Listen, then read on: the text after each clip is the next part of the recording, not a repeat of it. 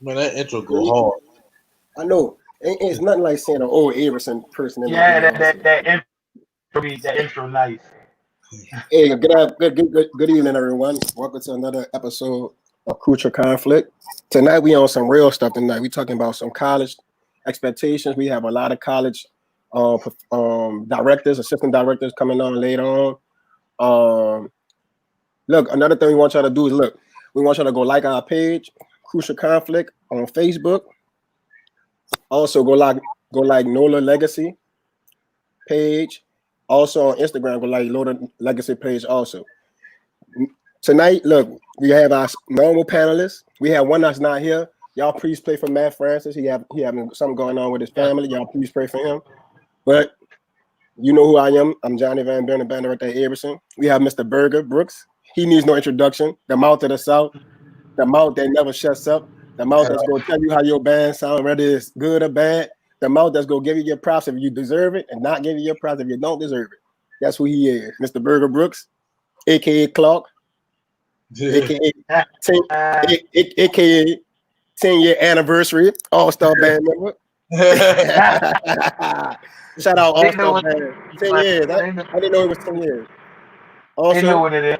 we got Tuba Slim, Tuba Beard, Tuba Head, Tuba Mouthpiece Head. But anyway, we got Darrell, Martin, Morris on here.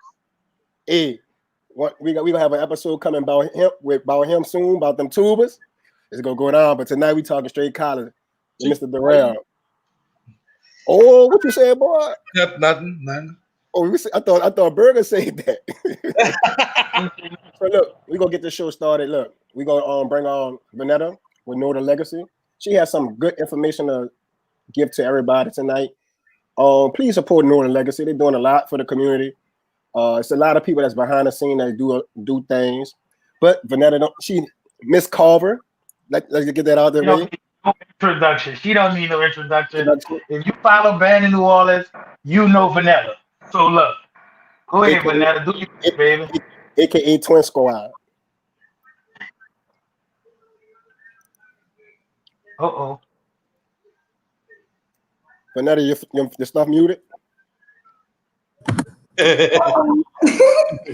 can't just shout out Carver, although Carver has my heart. I gotta shout out the other bands I marched in.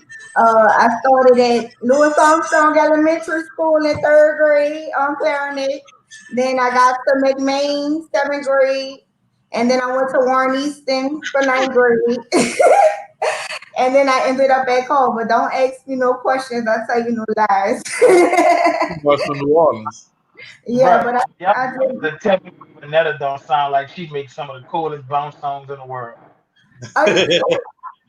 And then when I live out of town, they just don't know what to think of me. They be like, "Are you Puerto Rican?" I'm like, "No, straight New Orleans."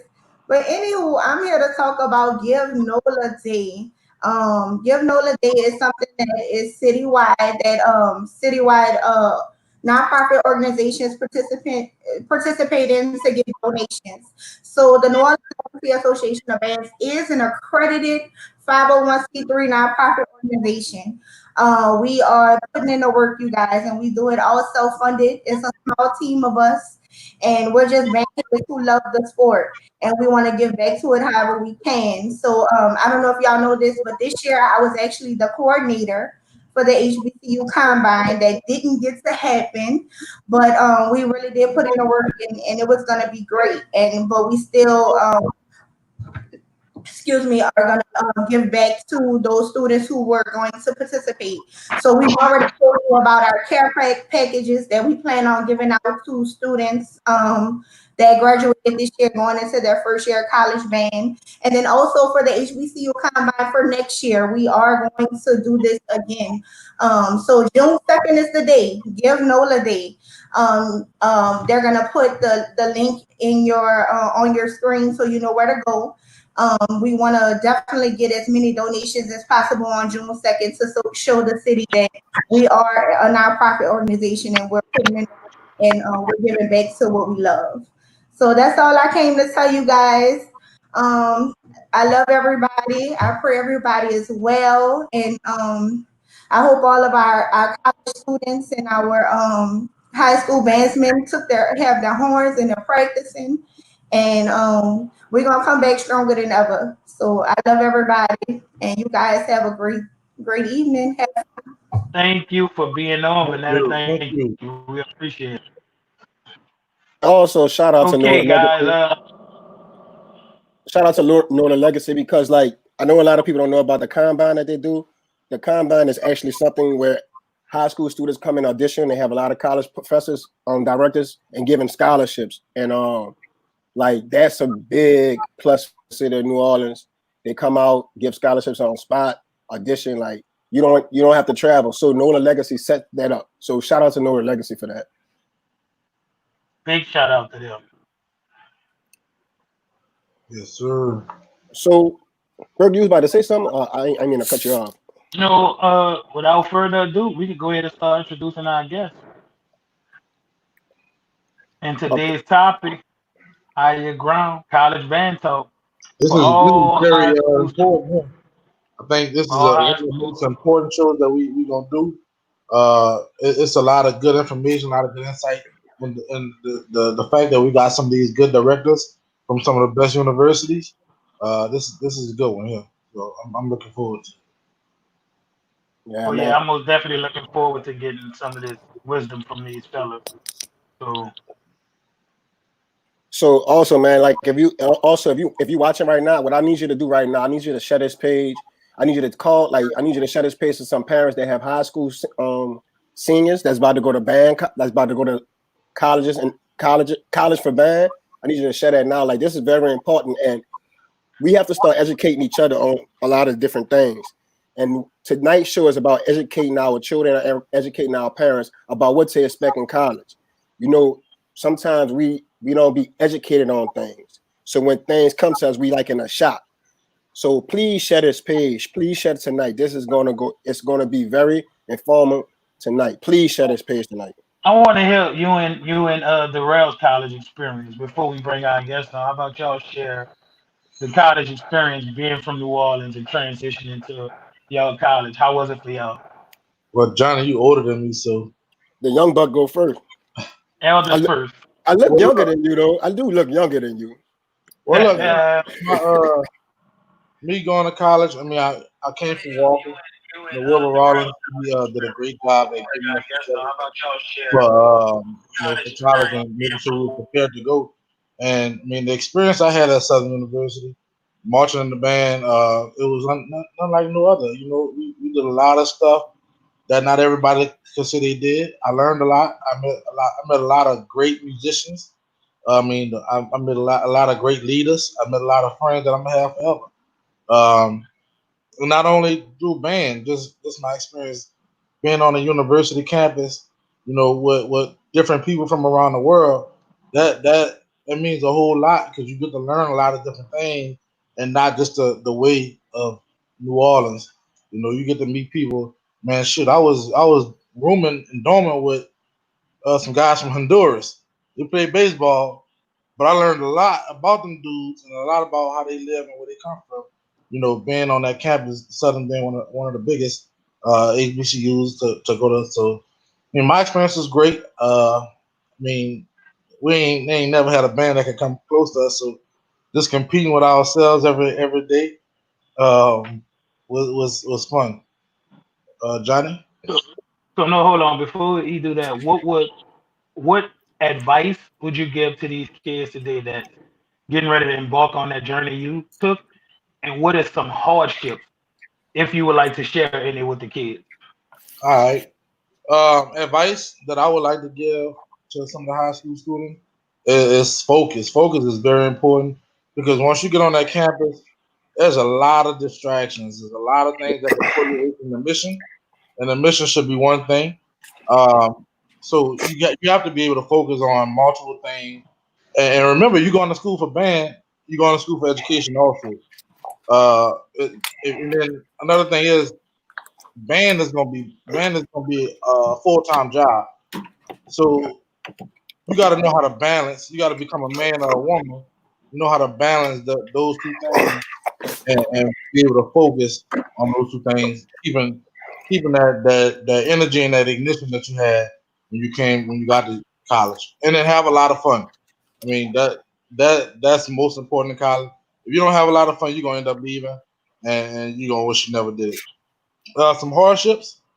I mean hardship. I mean that point, knowing how to balance that band, school, and then that freedom. You gotta know how to handle that, because you're coming from a place where everything is controlled in high school. You got your mom and your daddy telling you what you're doing. You got your band director, you got your principal, everything. Everybody telling you what to do at some point. When you get to college, the band director run it, but then you free. You can do whatever you want. So you got to know how to balance that and be able to stay focused, and that's really important when you get to college. Other than that, band gonna be band. You're gonna get the blow if you're going to HBCU. You're gonna get to go across. You're gonna get to do a lot of traveling, but that focus when you get there is really important. All right, I appreciate that insight, Darrell. It's on you, Johnny. So my college experience was like no other person college experience. Everybody that know me, they kind of know my story when we come down to college. I went to Southern University in 2001, fall 2001. We didn't even, so Southern at that particular time, we didn't have cable. So we like a big, everybody just used to be outside. So you could really get caught up quick. You know what I'm saying? So, but over time, the next year they had got cable. But man, I was in the band. We didn't have no time. All I did was books band. The thing is, man, I tell my kids this all the time. Like, being in college is like 90% mental, like 10% physical. Like it's very mental. Like you have to be mentally tough when you go to college. My journey in college, I was in a band. Then the next year, I got put out the band because I was like a hard head person. I wasn't, sometimes you get caught up and you do things. And then I went on like a raft where I was like just mad. You know what I'm saying? I was getting in trouble. Almost got put out of school. You know what I'm saying? Like, and I wouldn't share this story. I don't share this story with a lot of people, but I need to share this story because, just because you go through things in college don't mean you can't finish college. You know what I'm saying? So, like, I had to do like community service hours because I got in trouble at Southern, like Pretty Wednesday. After everybody leave, I had to like pick up trash. Like I was like one of those dudes that didn't, like, my mind was like crazy. And then my focus was like basically, at first when I went to college was just about like, I was just like, man, I went to college for band. Let me be real. Because some people not gonna be real. I went to college for band. I didn't go to college. When I first went to college, my focus was not trying to be in no books. It was being in Southern University band. But over time I learned that I needed to get this education. I'm gonna be up here. It don't make no sense to waste my time and not go to class and not do what I need to do to graduate. So make a long story short, man, I used to get in trouble, but I overcame all those obstacles and persevered through all those things. And man, in 2006, I graduated. And I'm gonna tell you, it's so funny because I knew people from Southern know this, man. They had I used to know all the cops because like they used to be like, I used to have to go see them because I used to get in trouble so much. So we used to have this cop called Burnt Man. The people that went to Southern with me know who Burnt Man was. Burnt Man, when I walked across that stage, Burnt Man told me, "I'm so happy you gone out of Southern University. Don't ever come back," because that's how crazy it was. But Burnt Man was like, he was one of those guys. At first I ain't like him, but then he kind of like was like, he'll talk to us and he'll like make sure we was good and everything. So that's my college experience was like that, man. So I mean, I used to go to parties. You know what I'm saying? I wasn't like a big party person. Like I was like always on some like, man, don't do this, that, and the other. But I just had a different experience. But I overcame all those things to like get my degree, and that's the focus, like getting your degree. Because once you get that degree, like you might start off sooner when you get that degree. You might start off like slow. Things don't open up, but as time passed by, things start opening up. So man, it was a struggle though, man. But like I still overcame those things. I think that's because I went to Abe. I know how to overcome like obstacles. Yeah, that's some real good smoke. That's I mean, the that, Ford taught him that. that's really important because hey, college is just like the world. It's a bunch of good and there's a bunch of bad. You got the decision because nobody gonna tell you nothing at all. They might have a professor that tell you, you should be doing this, doing that, but ain't nobody gonna tell you nothing. You still gonna walk out the door, do what you want. College is a book of choices. So be smart with what you do, and how you do it. Say, bro, I had one funny story when I was in college, man. I'm gonna and then we gonna get on with the guests. Bro, I was so much a jokester in school and everything. I had at Southern you had to take African American lit. You know what I'm saying? You had to take African American lit, and like I remember taking African American lit, and that Soldier Slim was hot that time, and she wanted us to all put a quote on the board. So my little crazy self went up there and said, put up the quote: "Either you love me or you love me not. I'm gonna be me." So the teacher, I swear this is a true story, dog. The teacher was like, "Man, you're so amazing! Like you look at the quote on the board, while everybody else is laughing because they know I put a Soldier Slim quote on the board, man." So I mean, you gotta make the best out of college, man, because you're gonna have your ups, you gonna have your downs, you're gonna have them times where you won't quit, you're gonna have them times where stuff happening at home, you're gonna be like, man, I need to get home. But your focus just gotta be like, I'm gonna finish. Okay, well, how about this? If you got some kids watching, do y'all mind sharing y'all first experience of band camp? Because a lot of people don't understand the seriousness of band camp. So You want me to go? You want to go first, or you want me to go first? So we got the band camp. So you go up there a week before the horses get there, and it's all week. I mean, I'm talking about from sun up, sun down. Ain't no time limit on it. You working you working on marches. You working on a couple things that the directors want you to work on, but then it come the day where the horses get back on campus. Now, being from New Orleans, you always think you one of them big dogs and stuff like that. So we standing outside the band, and a lot of people know about it. The horses in there, because they had it was J camp because I came J was that, and they ended up playing. They playing loud, and all my crab brothers, we had 13 crab tubers, and they all was scared. And I'm trying to wake all of them up like, man, y'all are tripping. We finna go smash these niggas. Like, I don't care who they is. But my whole thing is I wanted to go see what Glenn was doing in there. So I hear what Glenn doing, and I'm like, ooh, but I'm not giving a damn what the tuba see. So we get in the band room, and Desmond played tuba for Warren Easton. He said, you come here. He knew exactly what I was trying to do. So the band started playing I think we played net. No, we played swing. And I stopped playing because I heard what Glenn was doing. And the first thing, my first note, I didn't play a note until after I got up from push up because I wasn't playing because I was so busy watching Glenn. But that first experience that day, hearing them dudes in there playing, in my mind, I'm like, man, ain't no way I'm finna go in here and play with these dudes, man. These dudes over here cranking.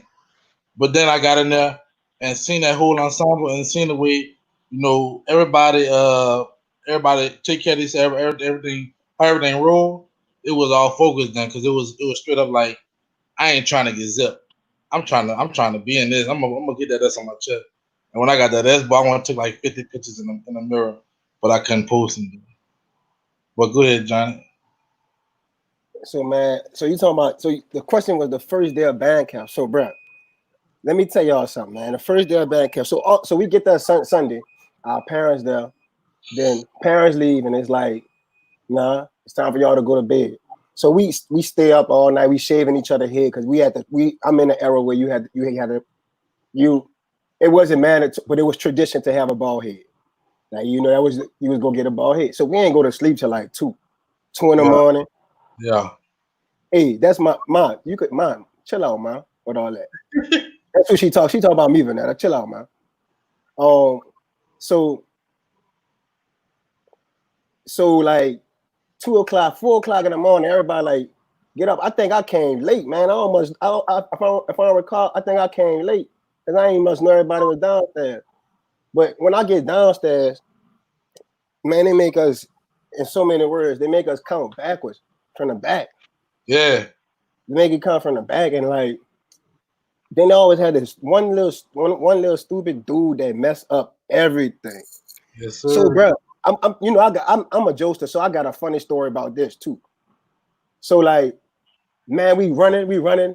So Copper Top was one of my crabs, but the Copper Top was big. Copper Top couldn't make it, man. We had to hurry up. If Copper Top didn't make it, we gonna get in trouble. So we had to push Copper Top. Yeah. So on top, so though it's 4 o'clock in the morning, it's about 5:30 now. I start feeling my stomach hurting. I'm hungry because I ain't eat. Like I start feeling like dehydrated. I'm like, so I say, look, I raise my hand, look, sir. I raise my hand, I said, sir. I said, what you want, crab? I said, I gotta go use the bathroom, sir. I said, I gotta go use the bathroom, sir. I said, crab, you ain't gotta do. I said, sir, you gotta do number 1, number 2. I said, I gotta do the number 2, sir. Man, go take your upstairs in the bathroom. Not but the whole time I had to go eat. So shit, I went to go grab me 200 buns and a juice. Yeah. I went to go grab me 200 buns and a juice because I was hungry. I grabbed it, I ate a quick, went back down. I said, sir, I feel so much better. Like I said, I feel so much better. But dog, that first day was an eye opener. Like it was like, I know some cats that quit the first hour. Yeah. You know what I'm saying? And all they're really doing is trying to make you, but from when you been from New Orleans, the mentality back then was you couldn't quit, you couldn't go back home if you ain't had that S if you went up there. You know what I'm saying? Unless you had some financial trouble or something like that, but you couldn't go home without that S. And that you couldn't go home without the S and that info. You feel what I'm saying? So like that was my first day. Then we go eat, we gotta march around the whole thing. Like that's cool. We was in the band room all day. That's the first time I ever been in a band room all day. Yeah.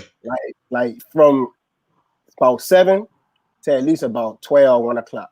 You know what I'm saying? Just working on music. But the crazy thing is, the first time you played a fight song at Southern, like that first time, it's like, damn, I'm here. Yeah. You feel what I'm saying? Like it's like it's here. You hear a different sound, like you hear like so many different things, and it's like, damn, I'm here. Like I'm hearing a fight song, and you hear that already up, like you hear everybody on tune, like you like, man, I made it. Like I'm here. I'm not giving up. And then when them horses come back the next week, you start hearing them. You like, God, this it. Like I'm here. Yeah, the hearing people that you notice that you're not the best player in the world. I got one quick story before we get the player on. Hey, look, we stand in a circle, and we didn't know who the drum major was at this time. So all them pull up around the circle. You know how they come meet you in the back, and a drum major get out. Ain't nobody say nothing. We all just stand in line. So nigga go out, they say, y'all don't ever know who this is? And like nigga like, no.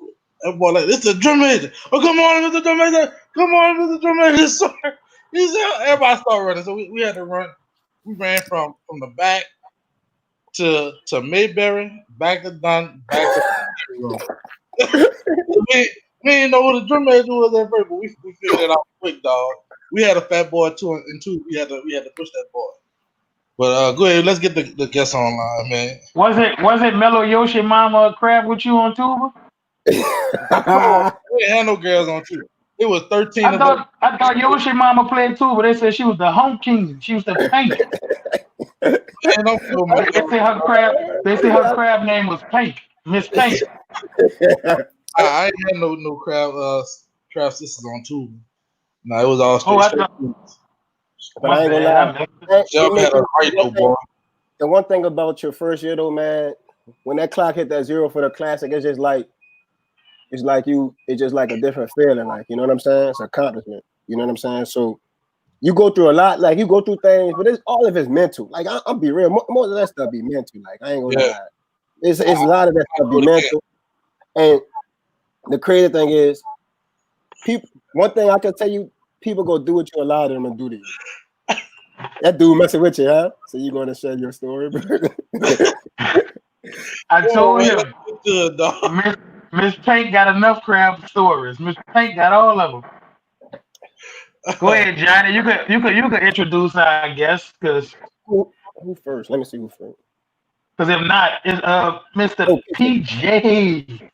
PJ. So the person. So we about to bring on a college director, assistant director, Mr. PJ Howard. My man, Mr. PJ Howard. Man, this dude is a cool cat. Say, bro, he's all for the kids. Let me tell you something. I know something about this dude. When I talk to this dude, when he come talk to my students, bro, he talk about some real stuff. Mr. PJ Howard, assistant band director at Alabama State University. Man, this is a good cat. What's up, PJ? How you doing today? Man, what's up with y'all, babe? I'm blessed to What be up, on y'all PJ? show, man. I must be somebody. Y'all got me on here, huh? Man, what? It ain't no show without PJ. I saw what you did the other night on what you call him, and Man, bruh. I just want y'all to know this, bro. I'm proud of what y'all doing, man. With this thing. This is a very unique addition to our culture, and I think that is very necessary, man. So whatever we gotta do to keep this going, y'all do that. Real. Well, why don't you go ahead and share us your crab bag story, PJ? Because I know you got one. Let me tell y'all first of all about this crab in the band thing, brother. Uh, it's got to be a little backstory before. First of all, certain minded students like me, I wasn't good at the crabbing thing, you know, because I wasn't prepared. I thought because I could play, that I was gonna get special treatment. Right. Because in my mind, I was a dual athlete. I was awesome at football and awesome at playing my sousaphone. You hear me? So Mm-hmm. I went to Alabama State. I didn't go to Southern and all them, Jackson like everybody else.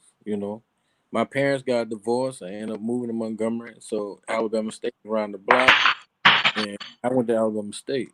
So first of all, I was ignorant. I didn't want nobody telling me nothing. I felt like you're upperclassman. You can't play better than me. You need to shut up. All right, rude awakening. So when I woke up, uh, when I woke up after rolling the football field and seeing my lunch twice, I realized that I was in a different place. And then I was looking around at everybody else after I done had an example made out of me. Nobody else want a buck now. We was talking tough stuff when we walked from the dorm. Well, we ain't gonna do this, we ain't gonna do that. Bro, everything them people told us to do for the rest of the day, we did it. So the more the story is, man, when you come into a college band program, you gotta. I think what the problem is with us is as crabs or as freshmen, we look at the upperclassmen as our equal, and they're not. That's the whole issue. We have to look to them for reference.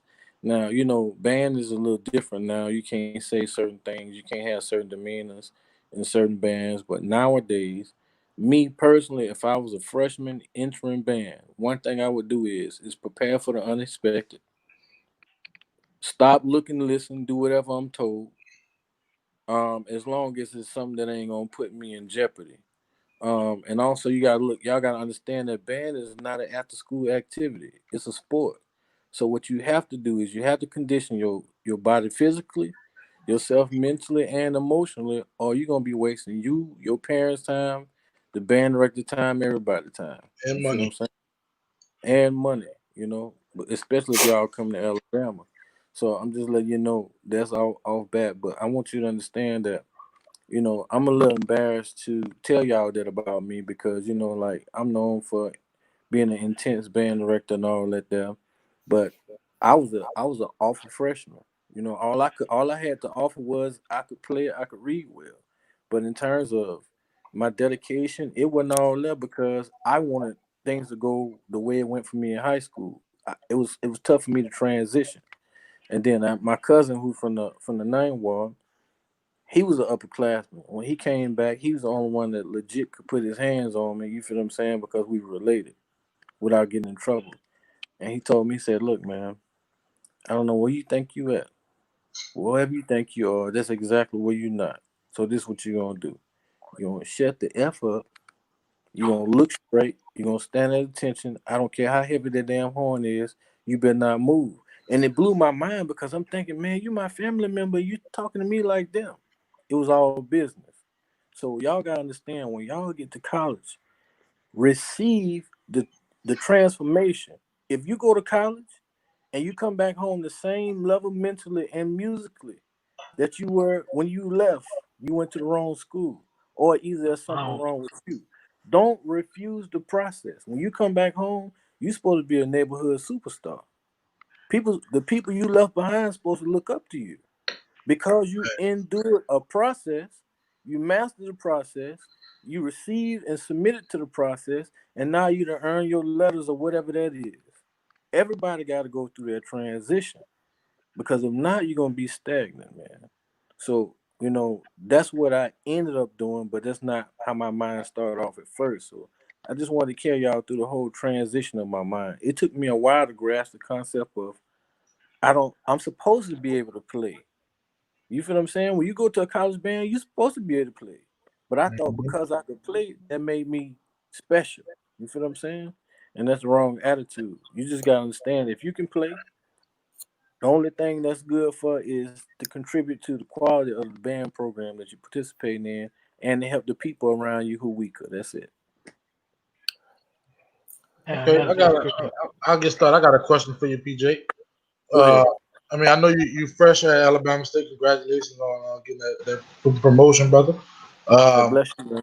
for the students that's coming in, give them one of the reasons that Alabama State, a program that they would wanna pursue, and what's some of the difference, what they can look forward to when they step on that campus. Well, I'm gonna have to be very political in my answer, which I hate being, but I'm in a different league now, so Look, on this show, say what you gotta say. We ain't holding. I know you've been watching. We want you to say what you gotta say. Cause ain't nobody else gonna get on here and shit. They gonna say what they gotta say. So say I what got you gotta say. well, bet man. I'm just gonna say this: is that you know what you want to be, just like I hear everybody talking about Southern University on this show, and I can look at y'all and tell that why y'all feel the way y'all feel. I ain't gonna say it out loud. I know why y'all feel like that. You heard me? I'm just saying this. I'm KK side and I'm Kappa Alpha side. You feel what I'm saying? And I feel like that about my organization. What I'm trying to tell you is y'all want to belong to a noble legacy, a noble heritage, versus going to a school that they just not starting to pioneer stuff. They're just getting stuff off the ground. You want to be a part of a family that's 100+ years old because when you guys kumbaya and you guys get together and participate in y'all band ceremony, band picnics, whatever it is, band reunions, you want to be able to be a part of that. It's a whole family. You heard me? Alabama State University affectionately referred to as Bama State. That's what we call it. People who went to it, we call it Bama State, not Alabama State. Bama State is a home. Bama State is a place that's going to change your life.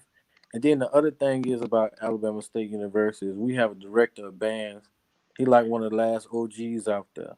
He putting kids in talk shows and commercials and they got the honeybees on Nike billboards and stuff like that. Who'd have thought that you come to participate in a college band and now people looking at you across the nation like you're a celebrity because they didn't seen you everywhere? That might just be your big break. And then the other thing that Alabama State has to offer is me. And let me say why. College band directors want you to come march in their band. But what does you get out of that? Look at me and look at my real life. My real life. I have all the stuff that you going to school for. So what I'm trying to tell you is at the end of the day, you need somebody who's going to prepare you for life after college. The least I can do is to show you how to drive Bentleys and Ferraris. I got this shit downstairs. You feel what I'm saying? At least I can do is show you how to acquire those type of things because I am the blueprint. You got people want you to come march in the band and go home and come back march in the band, go home. But then when you graduate, you can't put I was in such and such band on your. It's not a credential. You can't put it on your job application. Only thing you can put on your job application is that I am prepared because this person prepared me because y'all gotta understand, y'all be real. When these kids leave home, when they leave New Orleans, when they leave Birmingham, when they leave Atlanta, 90% of them are not prepared. They ain't prepared to be at college. They ain't prepared for life because number one, the environment that they live in has changed. I mean, it's like hell. The parents is roommating with kids now. They being friends. They ain't preparing these kids. So when these kids get to school, most of them it's easier to go back home to do what they know because they ain't prepared to do nothing new. So you need a person like me that's gonna grab you by your hand and say, "Hey, I know you're ready to go home because I'm ready to go home. But guess why you're gonna stay here? Because you need this." You heard me? And not only do you need this, look at other ethnicities, look at other races and so on and so forth. We look at how the Asians and how the Caucasian people, some people call them white people, how their families seem to do better than ours. You know why? It ain't because they better. It's because number one, they pioneer the formula. They work it out, and then when their kids get of age, they give them the winning formula right then and there. They ain't got to guess about it. Look at the Waltons. When I'm talking about the Waltons, I ain't talking about the old TV show. I'm talking about Walmart, Sam's Club. You heard me? Them kids, those kids' parents pioneered a formula, and when those kids became an age, their parents said, "Here you go, you prepared now." And that's what we got to do to our kids. So if they don't meet somebody like me that's going to show them exactly, like be able to pass over the recipe on how to live like you want to live, then they're going to be unprepared adults. And that's when you meet, like us, we meet women who ain't prepared. You know, they want real men, but then you ain't prepared for me because nobody gave you the recipe on what to do when you get one. And just like y'all know, some of us got degrees. I recently got mine, but some of us got degrees. But you got to think, just because I got a degree don't mean I got a job. I still need the recipe on what to do when I get one. Everybody else just wants you to come march in their band, bro, 8 to 5, blow the hell out of these songs and go home and come back 4 or 5 years and do it again. You being used. That's pimping and hoeing. What else you gonna do for me? When my 5 years is up, what do I do? Yeah, I made a mistake and got a degree because I wasn't paying no attention. But what do I do with this? You need somebody in the midst of your matriculation, mentally, physically, and emotionally, to help you along. I can at least show you how to be me. I got the recipe for that. And you know, me personally, I ain't young and I ain't old. I'm 38, but I live well. I'll say that. That's what's up, man. PJ, Lead to our next question. What are you looking for in a band student? What are you looking for in a band? This is what I'm looking for. I'm looking for a student who has the desire to learn, listen, and not just be a band student, but to be an alumnus. Don't come to school just to march in this band, because that's the trick. That's the trick of the devil right there. Come to school to march in the band, to be the best you can be. Also, like I heard somebody talking about Glenn and Coppertop. I know them boys. Guess what? Coppertop left his mark. He's one of the best baritone players ever come through that school, period.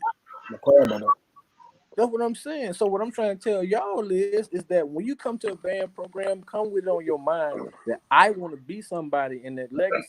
So when I do come back home to homecoming, people gonna welcome me because they miss me and they still appreciate me, even though I ain't here marching in this band. I'm gonna be the standard. I'm gonna be that baritone player, that mellophone player, that sousaphone player to be measured by for years to come. So what I'm looking for in a musician, I'm looking for students who want it. I'm looking for students who want it all, who coming to get everything they coming to get. Because guess what? You are paying for it. You might as well come be the best. Why you gonna pay? Look, why your tuition gonna be $28,000? It ain't $28,000 at Alabama State, but why your tuition gonna be $28,000, and it's $28,000 for the poor kid too, the one who can't play? So you mean tell me you gonna pay the same amount as him? You might as well come be the best.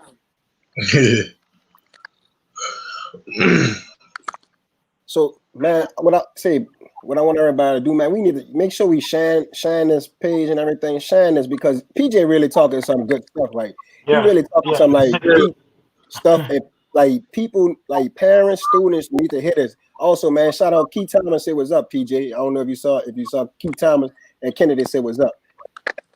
What's up, baby? That's my dog. That's real life. Some great words of encouragement for students that want to hear the real side of it. You know Yeah. that we can all talk about the other side of it, but the real side of it. And I appreciate you, hitting those points. I mean, it meant a lot. I wish I would have been here and stuff like this, going Yeah. into college because I mean we need to hear this. PJ, But Yeah. I got a question for you. Oh, go ahead, Burger. My Go ahead, bad. baby. no, go ahead, ask me your question. I was just going on to the next question. Oh, what advice, for as time management, you'll give to a student between the studies and the band commitment? Well, what I would say is this, man, is I used to work in a factory when I first moved to Alabama. I used to work at this place called J.R. Smith. When my folks broke up, like my dad had crazy bread, but he ended up going to prison. So me and my mom moved to where her mother lived, and that side of the family really didn't care too much about college. So it was either gonna go to the military, be a policeman, or work in the factory. So they set me up to work in the factory, man. And one thing that I saw about working in that factory is that it was about pace. And my first day in that factory, it really wasn't a hard job. It's just that it was beating the hell out of me because I didn't know what I was doing. So what I'm trying to tell y'all is let the process whip you until you get it down. And once you get it down, you're gonna become the process. So when you talk about time management, yeah, it's gonna be tough because number one, I want you to understand that band is a curriculum, it's not an after school activity. You have to study that. So what I'm saying to y'all is you need to make time study groups for your music just like you're doing for your chemistry. You see what I'm saying? So if you know you're weak on this part, you're gonna have to give it extra attention. So I say you got in between classes, you got at least 2 hours a day. So if you know this band paying you 6 G's to be here, and that's the bulk of your financial um um resources, what you need to do is you need to take a whole hour and dedicate it not just to all the music. That's where y'all go wrong. Just go over the part that you're having trouble with. If you're already good on the other stuff, just brush across it. Make sure the articulation clean. But the part that you know that you got trouble with, that's what desires the most attention. Same thing with all subjects. Only look over the stuff that's complex to you, the stuff that beats you down, the stuff that you ain't getting quick enough. Yeah. So what So are time management. requirements? Go ahead. Like what are audition requirements for Alabama State? What are the interview process that if any of the kids wanted to know? Well, man, my interview process is kind of personal. I be want to know what this kid want from himself because at the end of the day, you know, as a college band director, depending on what school you work for, sometimes it's impossible to keep your reputation clean. And me, I don't want to invite a kid to a situation where I know I can't help them. So I ask them what are they expecting, out of this experience. And also in the you talking about the manual or the actual audition itself, it's just basic scales and at least a chromatic.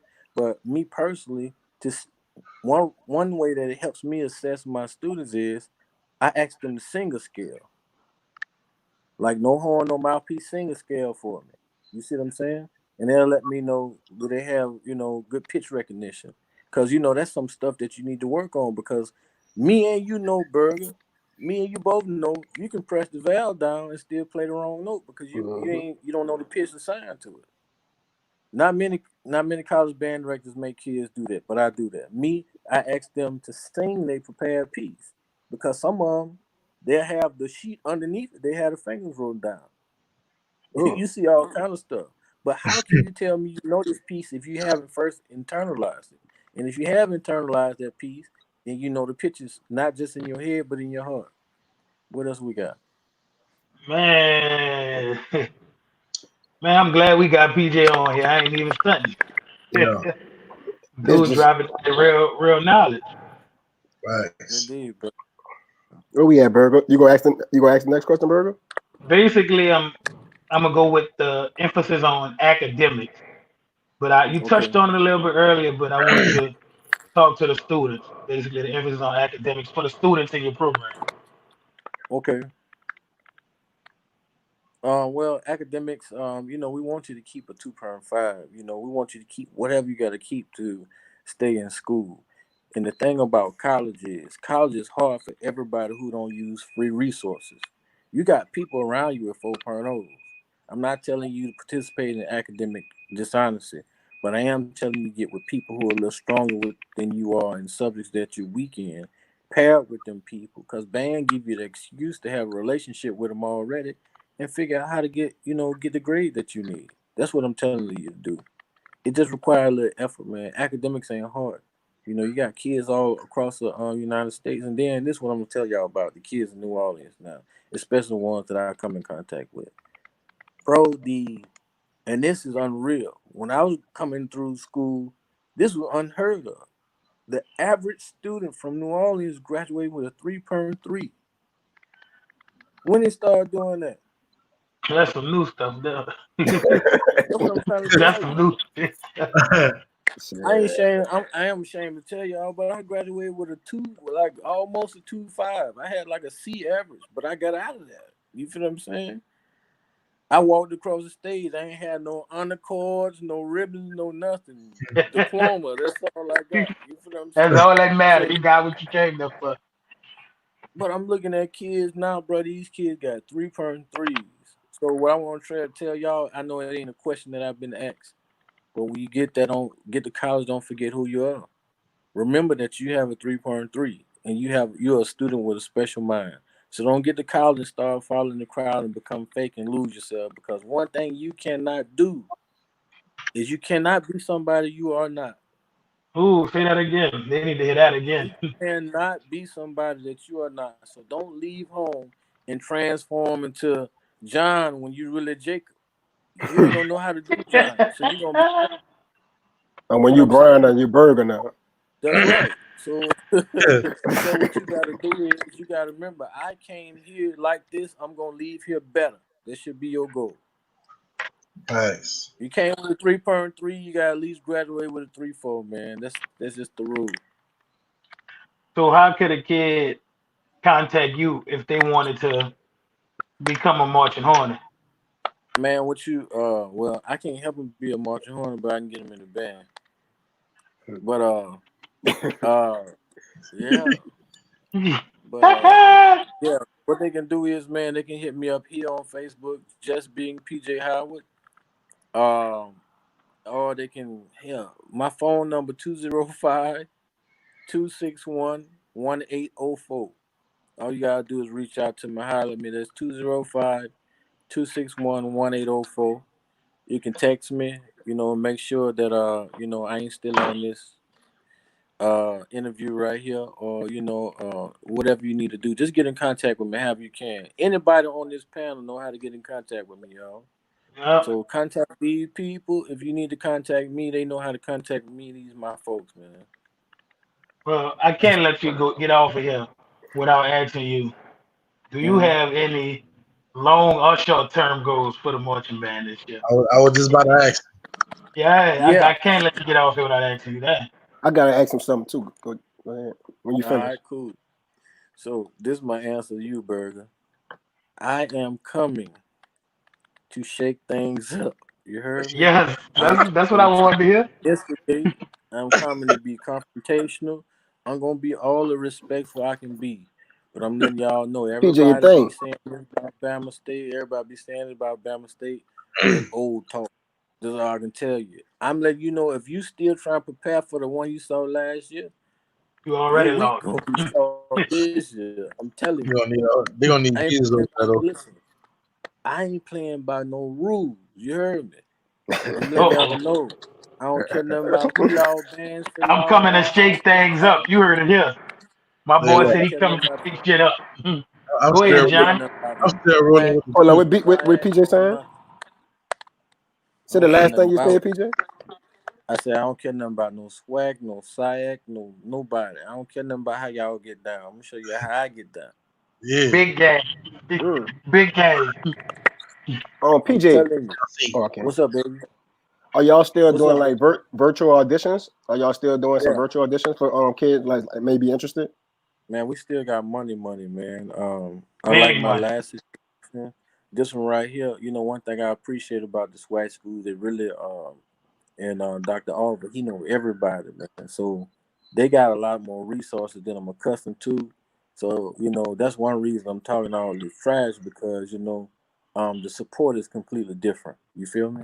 So if we got students, we got man, they for the first time ever at Alabama State, they got this thing called the President Promise Scholarship, where students from all over the country, man, all over the United States, if you got a 2.7, they're gonna waive your out of state fee.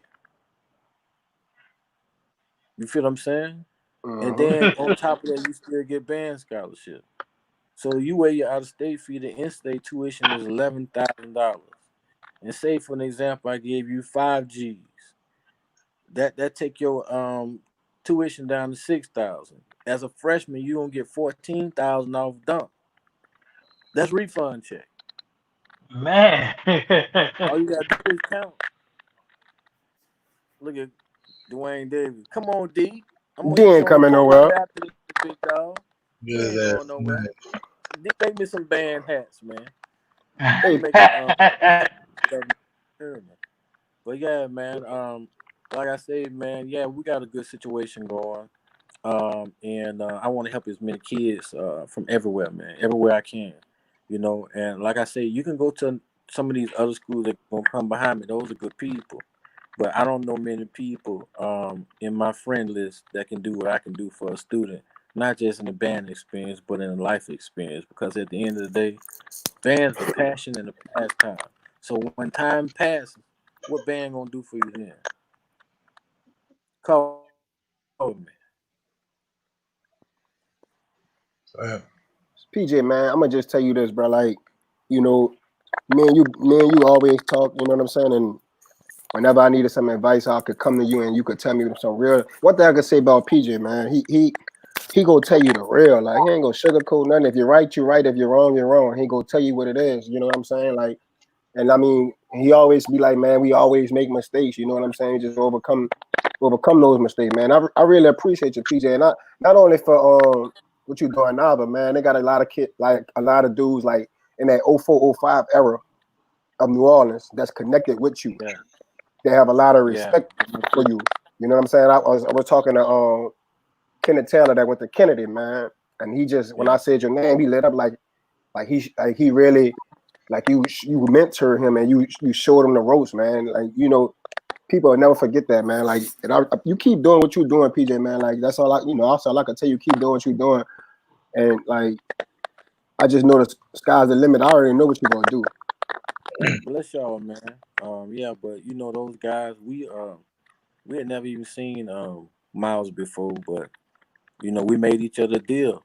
It was simple. If you going, I'm going. If you gonna be there, then we gonna be straight. You know, and that's what we did, man. Until this day, all them dudes, it was like 70 of them that followed me down there on the bus, bro. I guess I was like 22 then, bro. They followed me. We picked them up from Warren Easton, and they followed me down there on the bus. We just went on rep. And man, we've been in love ever since then. We still family, We got a Marco Polo group chat. We talk to each other. Thank you. We start our day with bidding each other blessings and everything. And but I wanna extend my family, not just to New Orleans, but to any kid who needs a mentor. I don't know everything, man, but the stuff I do know, I want to share it with you. I ain't gonna keep no secret from nobody. And I want y'all to know too, y'all guys on this panel, man. God Say, bless PJ, y'all. not to cut you off. I don't know if you can Lord, see the panel questions from the guys on the live feed, good but question. Lawrence I Rollins can't. said, can you help transfer students, regardless of age, to continue their education? Yes, I can. Okay. Go ahead. man, You can Yes, go look, ahead I and finish. can. I wanted to, people was actually, and I saw Big Greg from Landry Walker say, well, Alabama State be like 11 to 12. Will we see that Big Bama State like 11 to 12? By the way, we smashed that. Man. But the serious talk right Okay, but I wasn't there. So smash him now, Darrell. But here.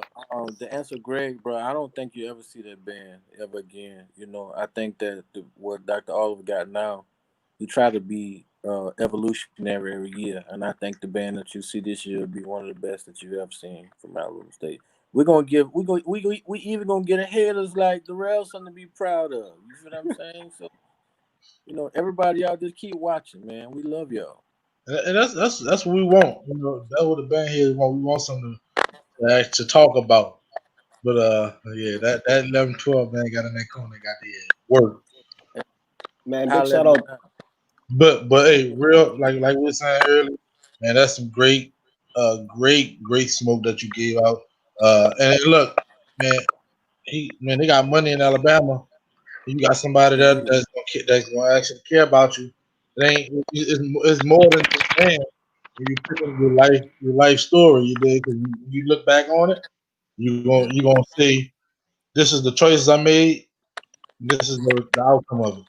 Man, PJ, if PJ was in my corner when I was in school, my school choices, it'd have been a lot harder to pick school because you got somebody that can actually care about it.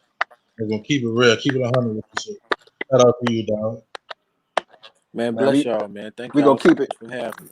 Thank you, PJ, man. We're going to keep it moving because we got some more guests coming on. Man, big shout out to Brandon Howard, band director on Jeff Davis High School. He is an Alabama State alum. I've been looking for Brandon Howard. Jeff Davis is on my radar. Brandon Howard, you have to come see me. You have to come see me, Brandon Howard. Brandon Howard, you have to come. Hey, good dude, though. Brandon Howard's a good dude. That's my crab brother, man. He got to come see me. You can't come through the booth without seeing somebody. They say Tell them no marching, no Rex next year. Tell them come get some real parade. They say you gotta check in, B. Yeah, he got to check in. Hey man, man, I love y'all. Thank you for coming on, PJ. All love. Let me introduce these next fellas. Because listen here, these next two fellas, if you don't know the Miles College band staff, you will know the Miles College band staff after tonight. Prof. Willie Snape and Prof. Brian Knowles. Look, I had a pleasure talking with these fellas, and man, bro, whatever they gave me on the phone that night, I hope they can give it to these people watching this show tonight.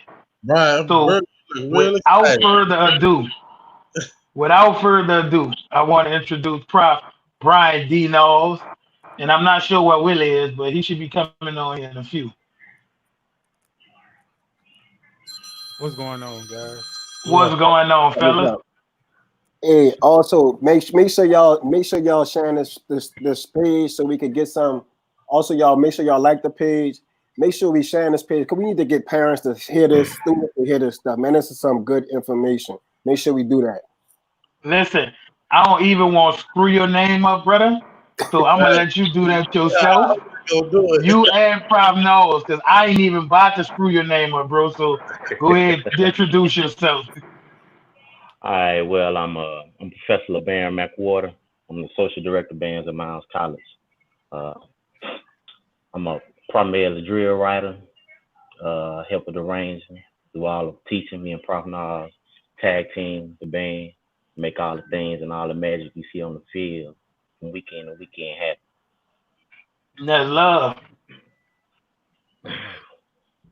And I'm all right, I know you already said it, but I'm Prof. Brian Knowles. I'm the assistant director. I primarily do some of the arrangements. Well, majority of the arrangements for Miles College. Prof. McWhorter, he also assists me as well. Man, we just an awesome team, man. We can't ask for a better team. Trying to see what Prof Snipes is. Man, Willie. You know Willie. You gotta make an entrance. Let Willie make an entrance. He's coming. Nice soul. The strobe light on. I see you, dog. And look, we got Prof Knowles looking like he on Rap City the basement. Drop us a high 16. He like turn around. Look, we got the PMM guy. We got the PMM guys on the live comment showing y'all some love. And this the Kappa crucial conflict of Miles College. Crucial conflict as well. Yeah. Hey, where y'all fellas from? Where y'all from? If y'all don't mind me asking that. Well, Well, I'm from Birmingham. I'm a native of Birmingham, Alabama. and I'm originally from Mobile, Alabama. Real. Okay, hey, look. Well, while we waiting, on Prof Snipe, Mr. Willie, we're gonna go ahead and ask y'all some questions. Maybe y'all can answer a couple things till they come on. My first question, like I asked with PJ, why Miles? What do y'all have to offer? What could a student expect? Stepping onto that campus at Miles, and as a band member. Either one of y'all can go. Well, first of Both all, of them. let me say that any person who considered Miles College, we definitely thankful for that. We know that you can choose any college around the world, but you chose to look into Miles College, and we definitely don't take that for granted. But at Miles College, we have such a family-oriented campus. Uh, we're relatively small campus, but with that being said, it's such a family vibe. Um, we're fully accredited with SACs. So when you do come to Miles and you do graduate, and when I say you will graduate, your degree will mean something. And not only that, but we have only the best marching band around. I don't care, what conference. I consider us the best. So I mean, that's that. It's gonna be Prof. hard Well, to come answer behind that, but well, just to reiterate that like at Miles, just like Pranav said, we offer a place that that allows you to feel like you're family, you're part of family, and you're gonna come to Miles, you're gonna feel like you belong in Miles. So we make sure that environment and that culture is set up for our students. We provide a safe place for them. We provide a place for them to be you. You know, we're gonna provide a framework for you to come in and progress as a student and as a musician. See, one of the perks at Miles, we take our students, we meet them where they come in at. So, Right. wherever you at when you come in, 4 years after you finish with us, not only gonna be a better musician, but you're gonna be a better student, a better person all around. So that's overall the overall goal for HBCUs period. But we specialize in making that happen at Miles. Right. I And heard. not only that, I didn't mean to cut you off, but not only are we making graduates, but I think even more importantly than that is that we're making productive citizens. Right, right. We can have a bunch of smart people graduating, but we want people that want to produce in this world, in this society, especially in this day and age, where a lot of our black men are facing different challenges, as you guys know, that's going on in the world. So we Right. want to also make sure that they are uh, productive citizens, that are graduates. Yeah, I heard you say y'all say you keep the emphasis on graduating.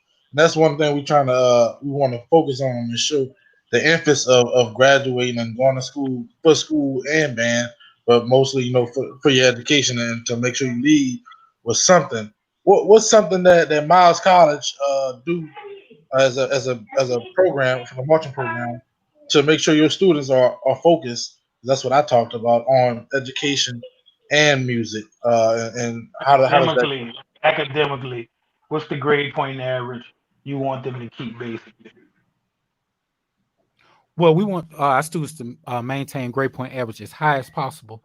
But in order to maintain a scholarship, a band scholarship, you have to have at least a 2.0.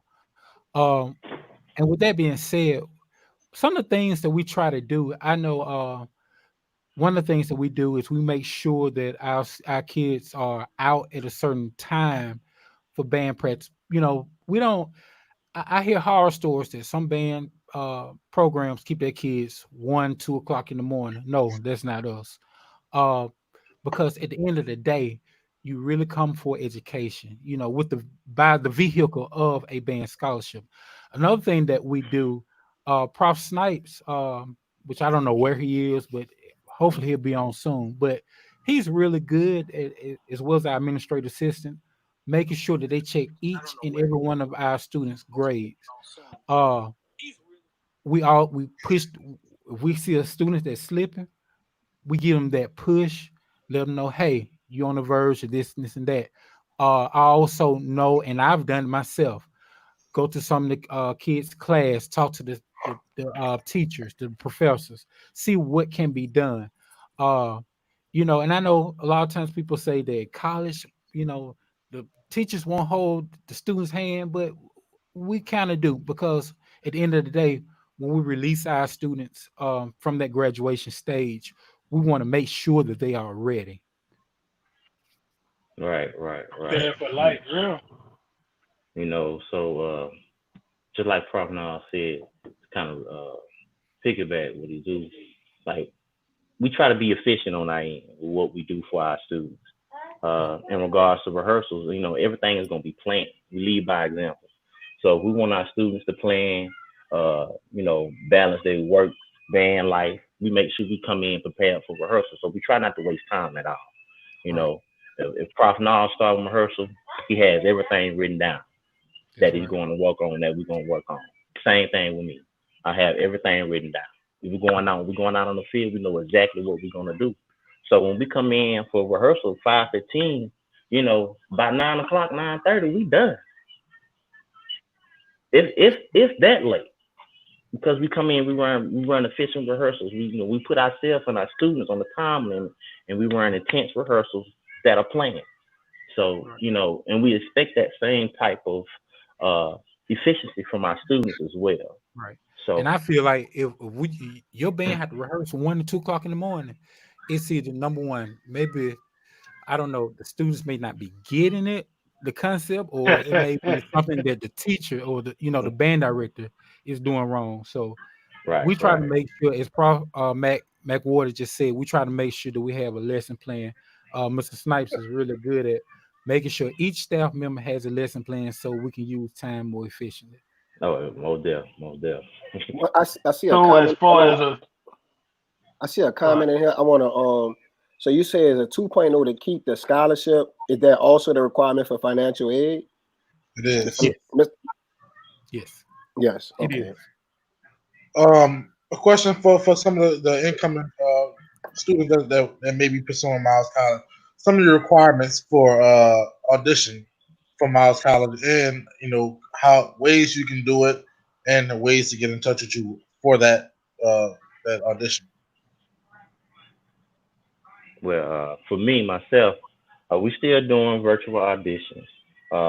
If any student would like to hit me up and inbox me on Facebook, you can find me at LeBaron McWater, inbox me, and I will forward you a Google Sheet, a Google document, where you can fill it out and we can schedule an audition.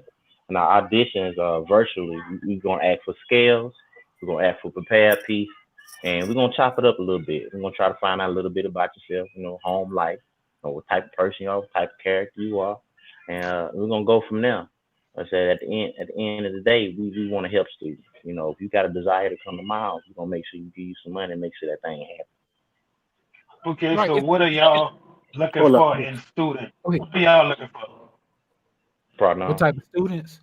We are looking for students that are teachable, that are hungry, to be not only just the best in band, but be just the best in life. Because we figured that if you want to be the best in life, they'll carry over into band. We looking for, What to do? What to do, baby? What up? What to do? There you go. Look at her. What the baby? I'm Told here. y'all I'm here. he was making his entrance, bro. I Prof told I'm y'all here, he had to baby. make it. You had them carrying the interview Always. now. I'm here, baby. What's up? Where they at? Miles.edu. You That's see all my we microphone, need. bro? Man, that microphone. Never mind. My boy about to drop a high 16. Man, Hey, where the look, bros at, man? Where the bros at, man? Where my man, bros? I what's see going on? we on a crucial conflict show. Where they at, man? Where they at? Right. Hey, so we were asking them, Prof Knight, welcome to the show. We were asking the director that's on here, what kind of students that y'all were looking for at Miles College, And then we also had a question right before that my boy LeBron, and I hope I'm pronouncing that right. Mr. Called Mr. Prof McWaters. Mac, bro. You got McWaters. Prof Mac. Say, Prof listen, Mac. look at Mr. Medwater. Don't even worry about it. New Orleans people pronounce everything wrong. So yeah. don't even worry about it. It ain't got nothing to do. We just talk like that. Hey, it's all good, bro. I'm from Mobile, man. We ain't too far. We right down the road from each other. But yeah, you can answer those questions if you want, Mr. Prof Knight. You asked the question. Yeah, I wanted him to piggyback off what they were saying on the audition requirements and then the type of students that he's looking for in his program at Miles. I don't think Willie can hear. Willie, you can hear? Willie, you can hear? Prof. Somebody else tell him. Tell him. I hear you, Look, but I don't hear nobody else. I'll be now. Who you well, hear? Who you no, hear? you go ahead and ask him. Go ahead and ask him. No. Well, they want you to I guess address the audition requirements for Miles College and also address what type of students that you want in your band program. Oh, okay. Well, basically, our audition process is not really hindrance, but we want to hear your major scales and arpeggios. Want a solo piece and some basic sight reading. Our percussion, we may ask you for hybrid rudiments and 32 essential rudiments, a solo piece, and also we'd like to see some basic sight reading. The student that we want at Miles is a student that want to graduate from college. Our retention rate is very high. We have about an 85% retention rate in our. So a lot of times when you hear the Miles College band early in the season, a lot of people try to wonder like why they sound like that. The reason is we keep 85% of our old heads, so we don't have to go out and get a bunch of freshmen. Another thing is we don't strive to have a huge. That's not our focus. We want to focus on the musicians and build the musicians that we have. So it's a 4-year program. Unfortunately, sometimes music majors have to go to 5th year. I don't think there's no school in Alabama graduate more music majors certification than Miles. I think we have like 8 band directors in Birmingham alone. Then I know we have some in Florida, we have some in Tennessee, and we're going to have one in Augusta this year. But every year we graduate music majors out of our program certified at the practices. So students, I'm warning you now, when you are looking for a school with a music education major, make sure the school has a music education major, because if you graduate and you're not certified, you may not get a job, or you may get a job on substitute pay. So you don't want to go into that field trying to get your certification while you're in your undergrad. Prof Mac, interact with me if I'm saying anything wrong. Prof Knowles. No, you correct.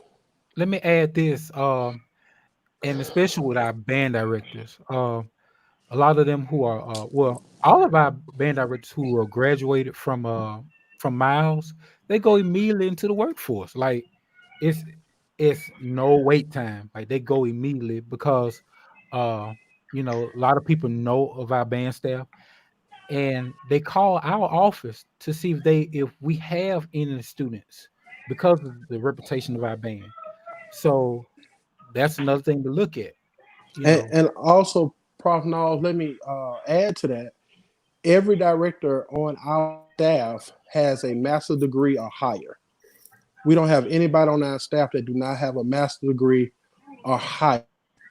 Prof Mac and Prof Knowles are back in school now working on their specialist degrees, their second master's degrees. Everybody on our staff is certified in some kind of type. Also, everybody on our staff also have taught on the level. So we don't have anybody on our staff that have not taught middle school, high school before coming to the college level. I actually recruited Prof Matt Water after I heard his concert band. I came over to hear him do his concert one season, and I was so impressed with his work. I asked him to come to Miles from Georgia. See, a lot of people know about Prof Knowles. Prof Knowles do an excellent job, but Prof Matt Water is also a lethal force on our staff, and that's why I wanted him on this interview. His concert bands were impeccable, and I was so proud of what I seen. I invited him to the Miles staff, and he we were trying to do. Prof. Knowles has a master's in music education, and now he's going to have a master's in instructional leadership. I'm very proud to say that. Also, I would like to say on this show that I have a staff. I don't have to worry about the band being prepared. Let me address this because this has been on my heart. As the head director, we don't have time a lot of times to write music. We don't have a lot of time to be in front of the band like we were as assistant directors. When I was an assistant band director, all you saw was me and Prof. Knowles battling all day on the box. But now you don't see me as much because you see Prof. Mac and Prof. Matt Water. But listen to me, high school students.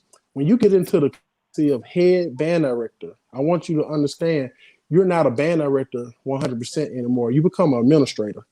And a lot of times we don't have time to just work in front of the band like we used to. So I want to give a shout out to all my band directors because you have no clue when you sit in that chair at the head band director what we. So I want to give kudos to my staff, Vincent Perry, David Logan, Rochelle, Mr. Carlos. I want to give a shout out to all those guys who make the Purple Mark Machine go. If you meet a head band director that do not honor his staff, you need to watch them because I could not do this alone. So, it's great that Brian Knowles can write music. It's that Prof. Mac can do drills and write music. I'm totally happy with that. But at the end of the day, when the band budget, when I have to make sure we got uniforms, instruments, we talk about $1 million budget. Mr. Van Buren, I hope you're listening to me. We talking about $1 million budget that I'm playing with over 200 students a year. So $1 million is really not enough money. I have to figure out how to get money from others for the band can do the things that it do. If you notice, Miles don't really miss any away games, right, Prof. Mac and Prof. Knowles? That's true. We don't. We don't really miss any away games. Few bands travel like Miles' band. This spring semester, we did the Marcus Parade, the Touch Parade, and we did the Martin Luther King Parade in Tampa, Florida. So we had a great second semester. A lot of bands even coming together unless they did the Honda. So I just wanted to say that because I see a lot of times we forget about the head band directors, but the assistant band director is supposed to be the hardest working person on the staff. So we need to understand that. So when it comes down to the music and stuff, that's why I hired Prof. Mac and that's why I hired Prof. Knowles to handle that stuff so I can make sure the band is in place. 100. So okay. Since we got everything answered about Miles College, Wait, y'all know why. Hold on. Somebody, What you said? Prof. Nell. Yeah, you want to say something? let me just say this. I don't want this to be a mush fest, but I don't even consider us as coworkers. I'm talking about the staff. Like the camaraderie we have, it's like brothers. Like, just like today, I don't know what Prof. Matt was, but today me and Prof. Snipes, we went fishing. You can look on my Facebook page. Like we had fun. Like I don't fish, but I just enjoyed the time with my brother, Prof. Snipes. You see what I'm saying? Right. So you want high school, you want to go to a band program where it's so family oriented that everything is so tight because when the camaraderie is tight, the music is tight. One thing is important. Hey, man. Oh, you about to say something, Bird? I just remember I was on the phone with them and I got a question for all three of y'all. All three of y'all can answer. What can we expect from Miles College this year as far as that smoke? That smoke.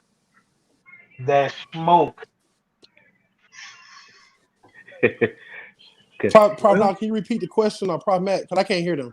You said for this year, what should they expect in terms of Miles, in terms of smoke, like us bringing smoke?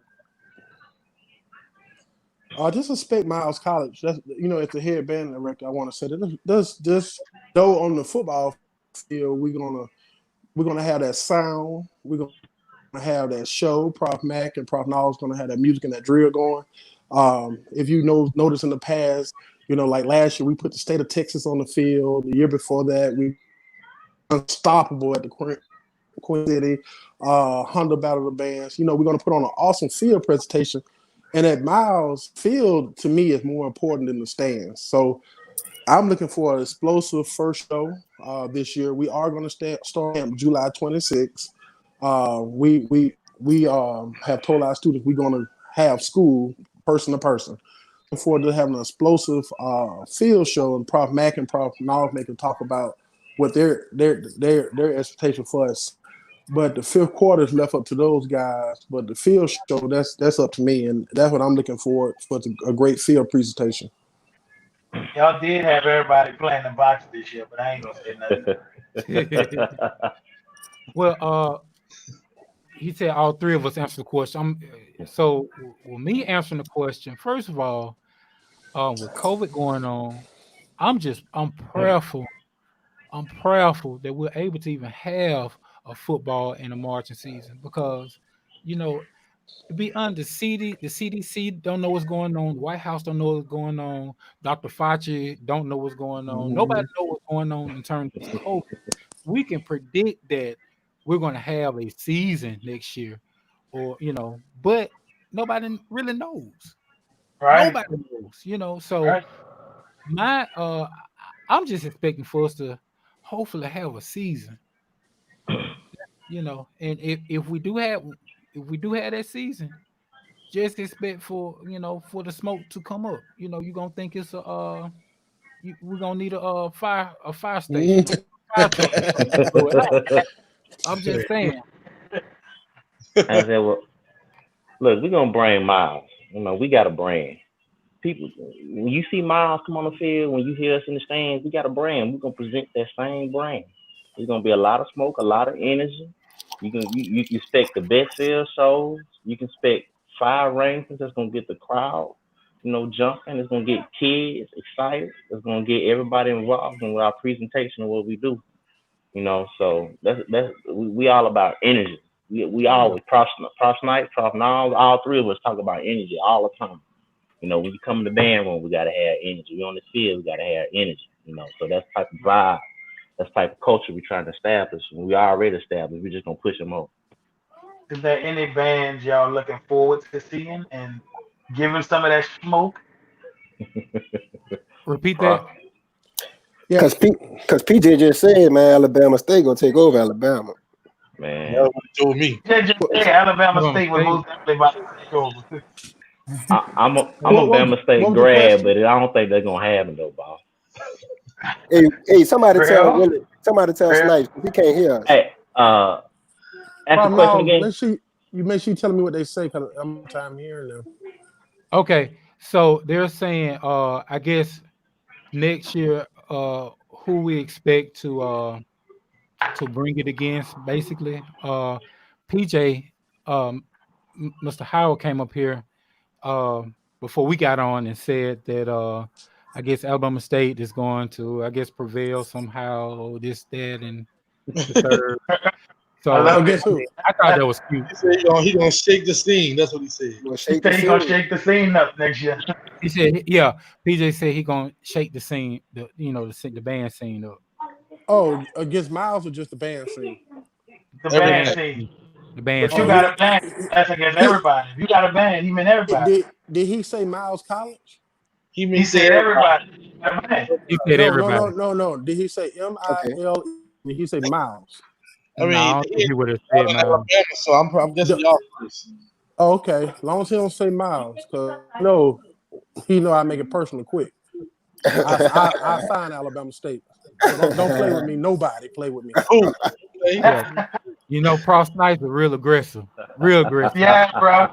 Bro, look, I said you being real nice on here too, Prof Knowles, bro. I mean, I ain't gonna put you on blast, bro. Well, you know, we have to be political, bro. We gotta be political. I can't get up here and say all kind of stuff, man. I can't even curse on doing virtual auditions for the kids. If so, ask Prof Snipes to answer that too, and let us know the information that we can give to the kids, because these kids are looking for college. Yeah, they want to know if we are doing virtual auditions still, and if so, how can these kids get in touch with us? We are still doing auditions. You can get in contact with LeBaron Matt Water on Facebook, Professor Brian Knowles on Facebook, or you can talk to us in our school email. My school email is snipes@miles.edu. We are looking forward to having a little bigger band than we had last year. So I'm probably about 192 students. That's what we're looking for. We're hoping for. But if not, we good 160, 170. So I know we're gonna have had a 160 because I got 150 upper class. So we know we're gonna have that. But we're just looking. We are still doing auditions. We still have scholarship available, and we still have academic scholarships available. Also, we are inspiring young men and young women who want to be a part of Kappa Kappa Psi and Tau Beta Sigma. We have the largest Kappa Kappa Psi chapter in the Southeast District, and we also have the biggest Tau Beta Sigma chapter in the SED. With that being said, let me say this: Miles College is zero tolerance on hazing. That's why one of our reasons that people come to our school and get in those organizations, we don't have any harassment. So if you don't have to come to our school and go through all this crazy stuff to be a part of the band, nor the fraternity or the sorority. Prof. Knowles is the sponsor of Kappa Kappa Psi. I am the advisor of Kappa Kappa Psi and Tau Beta Sigma. Prof. Matt Water is a brother of Kappa Kappa Psi, and he's a member of Tau Beta Sigma. Mr. Knowles is a brother of Kappa Kappa Psi and a member of Tau Beta Sigma. And we're looking forward to getting Phi Mu Alpha on campus. Me and Mr. Knowles are both brothers of Phi Mu Alpha. We're going to get Prof. Mac on that train soon. Oh yeah. But yeah, we're still doing virtual auditions, and we're looking forward to having a great season. Looking season. We really don't have to talk a lot of trash because y'all You chopping up, Prof. can y'all hear me now? Going in and out. Yeah, I can hear you. What I was saying is y'all saw the Battle of Birmingham. Y'all seen that we own Alabama. So all the other bands are striving to take our throne. So we're gonna work even harder, make sure that we keep that throne this year also. Don't So forget Prof Phil Mac, you got in anything Houston. you want to say? No, Oh yeah, Houston. We own Houston. I want to. That I Phil want show to. in Houston. Nice. This is a New Orleans show. What do y'all have to say to the New Orleans students? The impact that they make on a band program at Miles. Because there's a lot of them watching on here because this is a New Orleans show.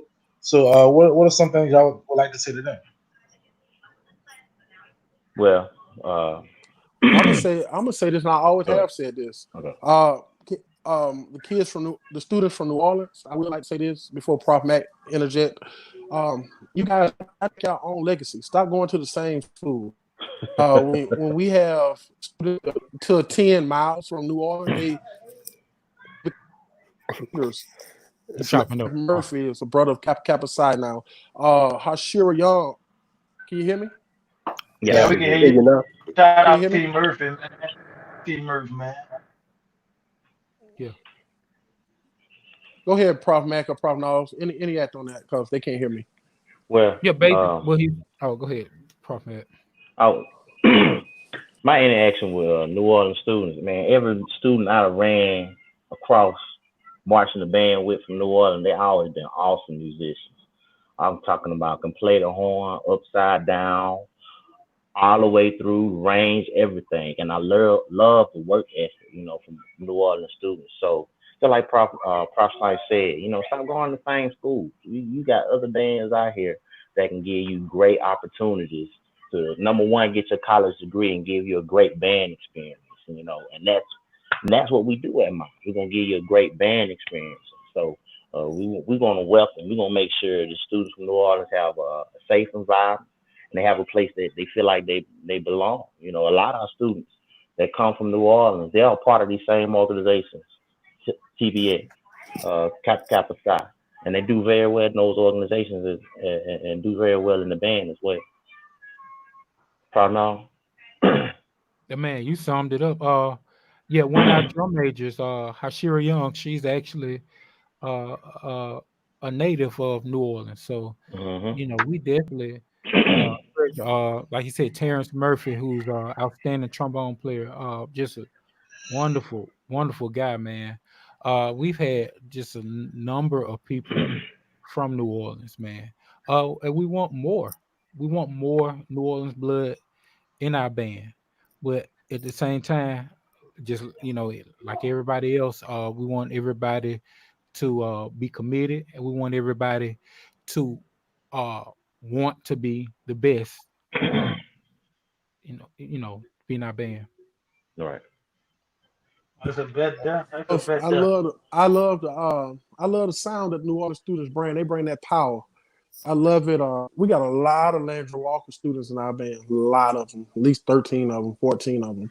And we just love them, man. And when they come to Miles, most of them do great academically. Majority of them. How sure as they're going to graduate next year. So, they're just something to think about. One thing I can say about Talladega College, and one thing I can say about Miles College, we graduate our students. Y'all can say what y'all want to say about Miguel Buns. Right. Man, he graduates 20, 30 every year. And I hope he's listening to the class. He graduated. Right. I get on the Miguel a lot about things, but one thing I can say, he on those students by going to only school that's probably comparing the graduation out the band in the state of Alabama is Miles.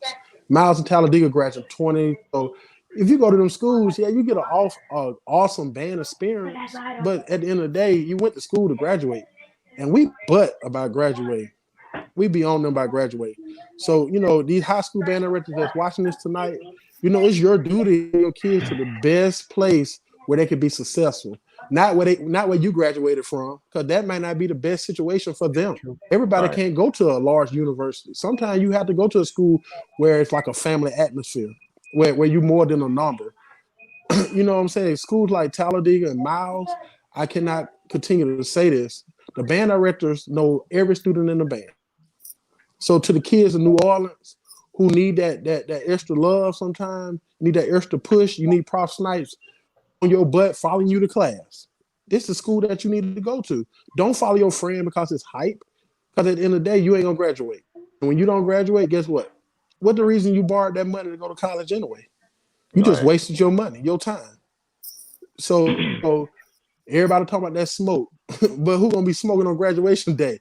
If you got you got blowed out, finish. You took an L. You took an L. Everybody on my staff got a degree. We want everybody in our band to get a degree because that make our look great. So when the president talk about taking funds, when the president talk about I don't know about the band program, need this or that, at the end of the day, I can show a list. This is what the band is doing. We're retaining. Retention is great. We're graduating. Graduation rate is great. And most of all, we're not hazing. Okay. We're not hazing. So when a kid comes to Miles, they're safe. They're safe. And that's one of my biggest things as the head band director. Prof Mac and Prof Knowles tell you, I know everything. Nothing in that band going, I don't know. Okay, well, hey guys, we want to appreciate y'all fellas for coming on the show. We really appreciate y'all, man. And we appreciate I'm gonna have to call man. you. I'm gonna have to call y'all on the phone to get that real because I don't like that political shit y'all gave me, man. Y'all know it's all up, bro. Hold on, before we go, Burger reason why K-State was getting blowed on at the Mardi Gras. Burger, it's your fault. I'm trying to battle K-State. It's your fault. Y'all better watch Burger. They played the box too. Look, they kept blowing, man. They were getting on my nerves, man. Put them in their place so they can go ahead. No, man. All right, fellas. They doing a good job though over there, man. If Mr. Van Buren don't send me them baritones, I ain't gonna be on this show no more. I better get them baritones. Oh, them dudes. Terrence Murphy on here hollering at y'all. See Murphy on here hollering at y'all, man. So I'll let y'all boy. All right, guys. We love y'all, man. Keep doing what y'all doing. Always love. Salute to y'all for Always, man. Appreciate it. I have a good one. Appreciate it. That was some more good smoke. I'm gonna let y'all introduce y'all people. Well, I'm gonna let y'all introduce y'all people. you saved the best for last. We got two great Like, I guys. fuck with Miles.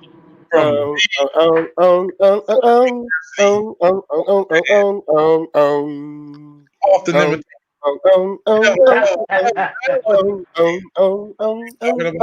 University. And what's up, Mr. Taylor? That's what we doing. That's what we Yeah, doing. what's up? Mr. Kendrick Taylor, Southern University director The of band. Southern University Human Jukebox. Yes, sir. Yes, sir. All 02. The best band in the nation. Yes, sir. Ain't no doubt about it. Speak. Alabama State and Miles don't. Keep talking, Taylor. Alabama State and Miles don't think so. So I'm gonna just be quiet. Hey, well, you know what? I can't say anything because I'm from Alabama, but we crank on anybody. Anybody can get it. What's up, bro? What's going on, Mr. Taylor? Nice to meet you, man. Same here, brother. What's up, Mr. Terrell, Taylor? what's up, man? What's up, Mr. Taylor? It's good to see you, man. He cheesed up. He got the people on here. He cheesed up. Boy, y'all boys a trip, boy. Hey. Y'all was killing for everybody else. We got Mr. Taylor on here. Now y'all got smiles. Yes. Now it's time to hit him. Hey, man. Hey, that's how I go down. You know, in the way we talk. You know, it's just like anybody can get it. Nobody else even matters. You know that. A lot of people think we be worried about them, but we only worry about ourselves. So we only try to be as strong as our weakest link, and our weakest link is our weakest band. So whoever the weakest band was, that's who we try to be better than. You know, we try to be better than our last band. Whoever it is, you know, it's all good and all in fun. But man, we definitely try to educate our students and become better each day. We stay on them like white on rice, bro. We be on them like. They'll tell you, man, we learned so many arrangements in a year. My first year in 2014, I think I wrote like 30-something arrangements. Mr. Simmons wrote like 60. Right. Crazy. Everybody got it. It was crazy. It was crazy. Hey, and it seemed like I'm exaggerating, but I can go to the computer. We can just go down the list of all the stuff we played. It was crazy, bro. We turned it up, man. 32. What's going on, man? What's going on? Well, look, we got you on here. Thank you for joining the show. We just gotta we want the show to focus on some of the high school students that's gonna be going to some of these universities and the difference between high school and what they could expect. So the first question out the gate, just like I asked everybody else, why Southern? What could an incoming student expect joining Southern University marching band? And then also becoming a student at Southern University. Well, the number one thing that I would say, becoming a student at Southern University, it'll definitely make a difference in your life. When I look at all of the other schools and I look at what they had to offer, when I was coming up in school, man, I couldn't see myself going nowhere else. I had full scholarships to all the Alabama schools going from Mobile. So, but just being able to be at Southern University, man, opened my eyes to a lot of things. You travel everywhere. We go everywhere. We go everywhere we want to go. We definitely had the opportunity to fly. That was the first time I was ever able to fly. When I came to Southern University, that was the first time I flew. You're able to travel and see different stars. I mean, you're able to be a part of different ensembles. You're able to witness and experience different things. If you're watching that band, there is nothing that band won't teach you. Life learned lessons, musical lessons, educational lessons, anything that you desire in life, this Southern University band will offer that to you. Okay. Johnny, you got a question? What's up, Mr. Taylor? How you doing today, man? What's going on, man? How you doing? Man, this man go way back, man. Yeah, definitely. I'm old one, he old two. You know what I'm saying? I was definitely glad when they got zipped.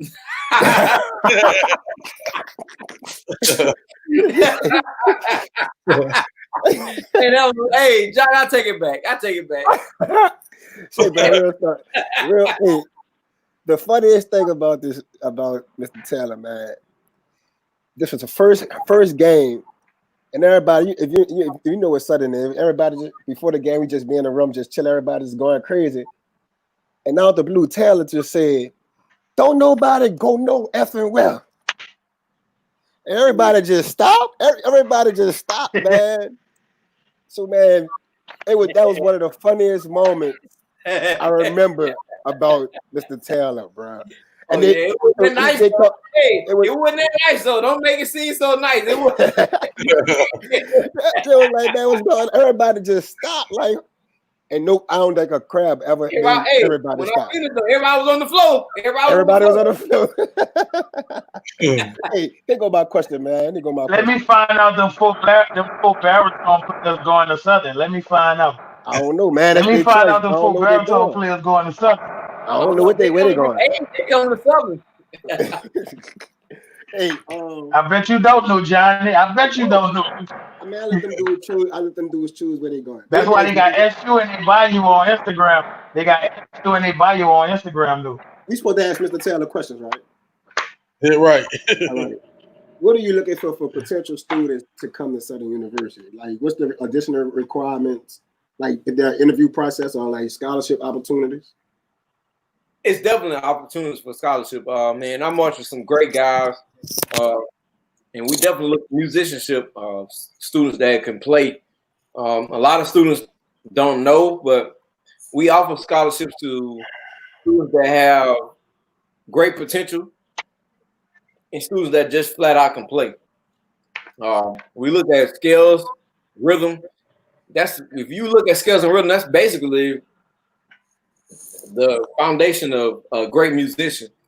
And a lot of people don't like to acknowledge this, but New Orleans has some of the greatest musicians to come through Southern University. I'm watching some great guys, Javon Pollard, my crab brother, JP. I know y'all know JP. Man, we know that O2 class had some hard hitters. Yeah, hey, Gordon, Hewitt, them all my crab brothers, man. But them boys, they can play. Man, we had some guys that flat out can play in there, and New Orleans produced some great musicians. So one of the things that I always say, you got to have a mix of all different types of flavor, and that's what makes great musicians. But we offer scholarships to all different types of students. We want all different types of students in your program. I never witnessed. I gotta say this, but in New Orleans, man, they have middle school band programs that play to the level of high school programs in Mobile. So it's like, man, they got little cats on baritone playing B flats, butter style. Like, man, that is unrealistic. But to Neil Moore, you got to be able to put some hat in the horn for sure. We definitely want somebody that can put some hat in the horn. I'm not gonna sit here and even sugarcoat it. You got to put some hat in the horn. We gonna respect you. You put some hat in the horn. Yeah. Okay. A question that came up that we wanted to ask. At Southern, being in the band at Southern, it's a full-time job because in order to be the best, you got to work in. But the school band balance, what's that like at Southern University for some of the students that want to know? Well, man, it's you definitely got to balance your schedule. We definitely want students that can come and graduate. A lot of students think that it's band, but you definitely got to come and do your academics. It's never a time when you can come and just lay back and not go and make sure that you go to class. Everybody must go to class. We definitely push, emphasize, and stress going to class. It's one of those things that you can't take back once you start. Once your track record starts once you enter into the university. So time management is important. You got to be disciplined. And a lot of people don't realize that when you go to a university, your self-discipline plays a key role in that, in what you're used to, what it is that you want to do, and who you want to become as a person. So I definitely will emphasize being about the books, being about trying to be better as a person, as an individual. When I came up into Southern University, man, I feel like there was nothing that I couldn't accomplish by seeing the greats. So When they used to emphasize, Dr. Griggs always stressed being at the right place at the right time with the right equipment, ready to concentrate. And I mean, he said so fast, at the right place at the right time to really concentrate. You're like, God dang, what he said. But when you really broke down what he was saying and how he said it and what he was standing for, he basically was telling us that, you need to be at the right place at the right time ready to concentrate, meaning you need to be where you're supposed to be. If you had class at 8 o'clock in the morning, you need to go to class. Mr. Taylor, I have a question for one of the kids, Mr. Taylor. Go ahead. One of the kids wanted to know, can you choose as many classes as you want if you have a band scholarship? Oh, definitely. I mean, it's not a limit to what you can do. Every individual is different. Hey, I know every last one of y'all can attest to this. When you were going to your 10th grade, or 11th grade, or 12th grade year, they would tell you, man, when you go to this class, this is what you better expect. It's going to be hard. This teacher ain't no joke. So it's the same way. It's different strokes for different folks. Some classes are easy for some people, but it's harder for others. For me, when people tell me, man, it's going to be hard to do this class, but then I go in that class, I'm like, man, this ain't that bad. But for different people, it's different learning techniques. So some people are visual learners, some people are learners that can learn any kind of other way. But I'm one of the people that have to put in extra work. So I have to go read and research it for myself as opposed to verbally listening to what they're actually saying. Okay. And what's that grade point average that the directors look for students to actually be able to stay in the band? 2.0. That's all we ask. 2.0. It's not hard. And what really a lot of people don't know, a lot of universities offer a lot of scholarships to people. But with Southern University, man, our tuition is like the cheapest out of all the tuitions out there. So to maintain a scholarship at Southern University, you only need a 2.0. Right now, we offering scholarships for people with a 2.5, and you get in without a problem. Right? So to get in Southern University is not even hard right now. It's not difficult. But a lot of universities throw a lot of money out there, and their tuition is way high. We don't even have to offer you a scholarship at Southern University. You come out cheap. And a lot of people don't know that. Yeah. But we get less money, but our tuition is not as high as others. But you still come out better. So, when it comes to academics and stuff like that, man, you only need a 2.0 to even maintain your scholarship. How can a kid reach out to you to do virtual auditions, or if y'all doing any virtual auditions? Oh man, we definitely doing virtual auditions. Zoom. You can email me at Kedrick_Taylor at subr.edu, or you can email Mr. Brian Simmons, Brian_Simmons at subr.edu, or you can email Mr. Cedric Todd, Cedric_Todd at subr.edu, or Mr. Lorenzo Hart, Lorenzo_Hart at subr.edu. All of us. That's how you can get in contact with us, and we'll set up a Zoom audition with you, and we'll take care of it. What is the ideal Southern University band student? The ideal Southern University band student is someone who can play. We don't really take any horn holders. I know a lot of schools take our scraps. It is what it is. I'm just being honest. But we don't take horn holders. Everybody in our band produce. We don't allow students to come in there and just hold a horn. Man, you got to be able to play. That's one of the ideal things. There's no question about it. Nobody don't want nobody in the band that's just coming in there to do a dance routine. That's definitely not what we based on. Dance routine is like icing on the cake. Me, I don't like icing on my cake. I like pound cake. I don't need no icing on my cake. So dance routine is like icing on the cake. So that's what I would definitely say. Mr. Taylor, I got another question for you. Mr. Anthony wants to know, would there be a chance for students to have tutorials throughout the year as study hall or anything like that? Yeah, we have a down the hall class where we do students could come and they might not be the best on their instrument, and we usually offer a down the holler class where they can come and better their skills, and the next year they can audition for the band. Okay, what about out-of-state fees? Out-of-state fees, all you need right now is a 2.5 GPA, no ACT included. So what, they waived out of state? Yeah, I'm assuming. Say it again. I said, are they waiving the out-of-state fee with the 2.0? 2.5 GPA. 2.5. Oh, that's great. That's a better. Well, Mr. Taylor, when I came through, you had to have the qualifications, and you had to meet the qualifications of the university. So it was on the band director to give you an out-of-state fee waiver, because I'm from Mobile. So in order for you to get a out-of-state fee waiver, you had to go through the band department. But now the school is offering, if you graduate high school with a 2.5 GPA, you automatically get your out-of-state fee waived. That's huge, man. When I was coming in, you had to have a 20 ACT score. Definitely. At least get it. So definitely. For real? They waiving the ACT was huge.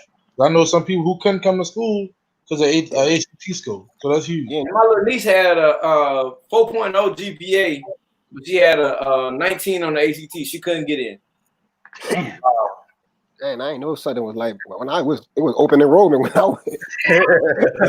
Y'all making me feel old. Hey, that's true. You know? It was open enrollment. Yeah, it definitely was. That I had some crap brothers that had 12 and 13 on ACT. Well, since Southern University is its own competition, as you put it, what are you guys looking forward to post-COVID-19? Because Southern University hasn't given out any smoke since Mardi Gras, Bacchus, that I remember, so it's been a while. Hey man, I'm gonna tell y'all like this. We've been talking to our incoming freshmen. See, we don't like to tell what we're doing, because when you tell what you're doing, you let the left hand know what the right hand doing. But we've been talking to our incoming freshmen. Hey, I've been hearing everything everybody say. I don't say nothing, but guess what? If we have a football season, great. But they say, hey, we're not gonna have bands in the stands. Okay, that's fine. Whatever school we facing that week, we already talked about it. We gonna turn up. We gonna turn up.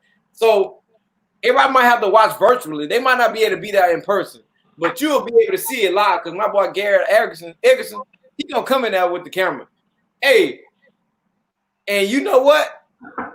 We gonna turn up. So one way or the other, that will be a band season. They might not say we're gonna be at the football games, because people come to the games anyway to see the band. The band. The band. So I have another question to Anthony. He wants to know, does every student qualify for the scholarship, or is it just for music majors? Oh no, man! Anybody who can play, will get a scholarship. We don't discriminate. We definitely offering our scholarships. But being in Louisiana, y'all, we got hit really hard with this COVID-19. We were not expecting this. We were not ready. Like Kevin Hart said, we weren't ready. We were not ready. Hey, we were not ready for this COVID-19. But we definitely are offering scholarships to different individuals, and let them know, hey, you could be a part of Human Jukebox, but cheaper without a scholarship. I always said, man, I couldn't imagine myself being in another band feeling the raft of the Human Jukebox. Like I'm just not in denial about it. Just sitting across the stands from other bands is like, man, what are they playing?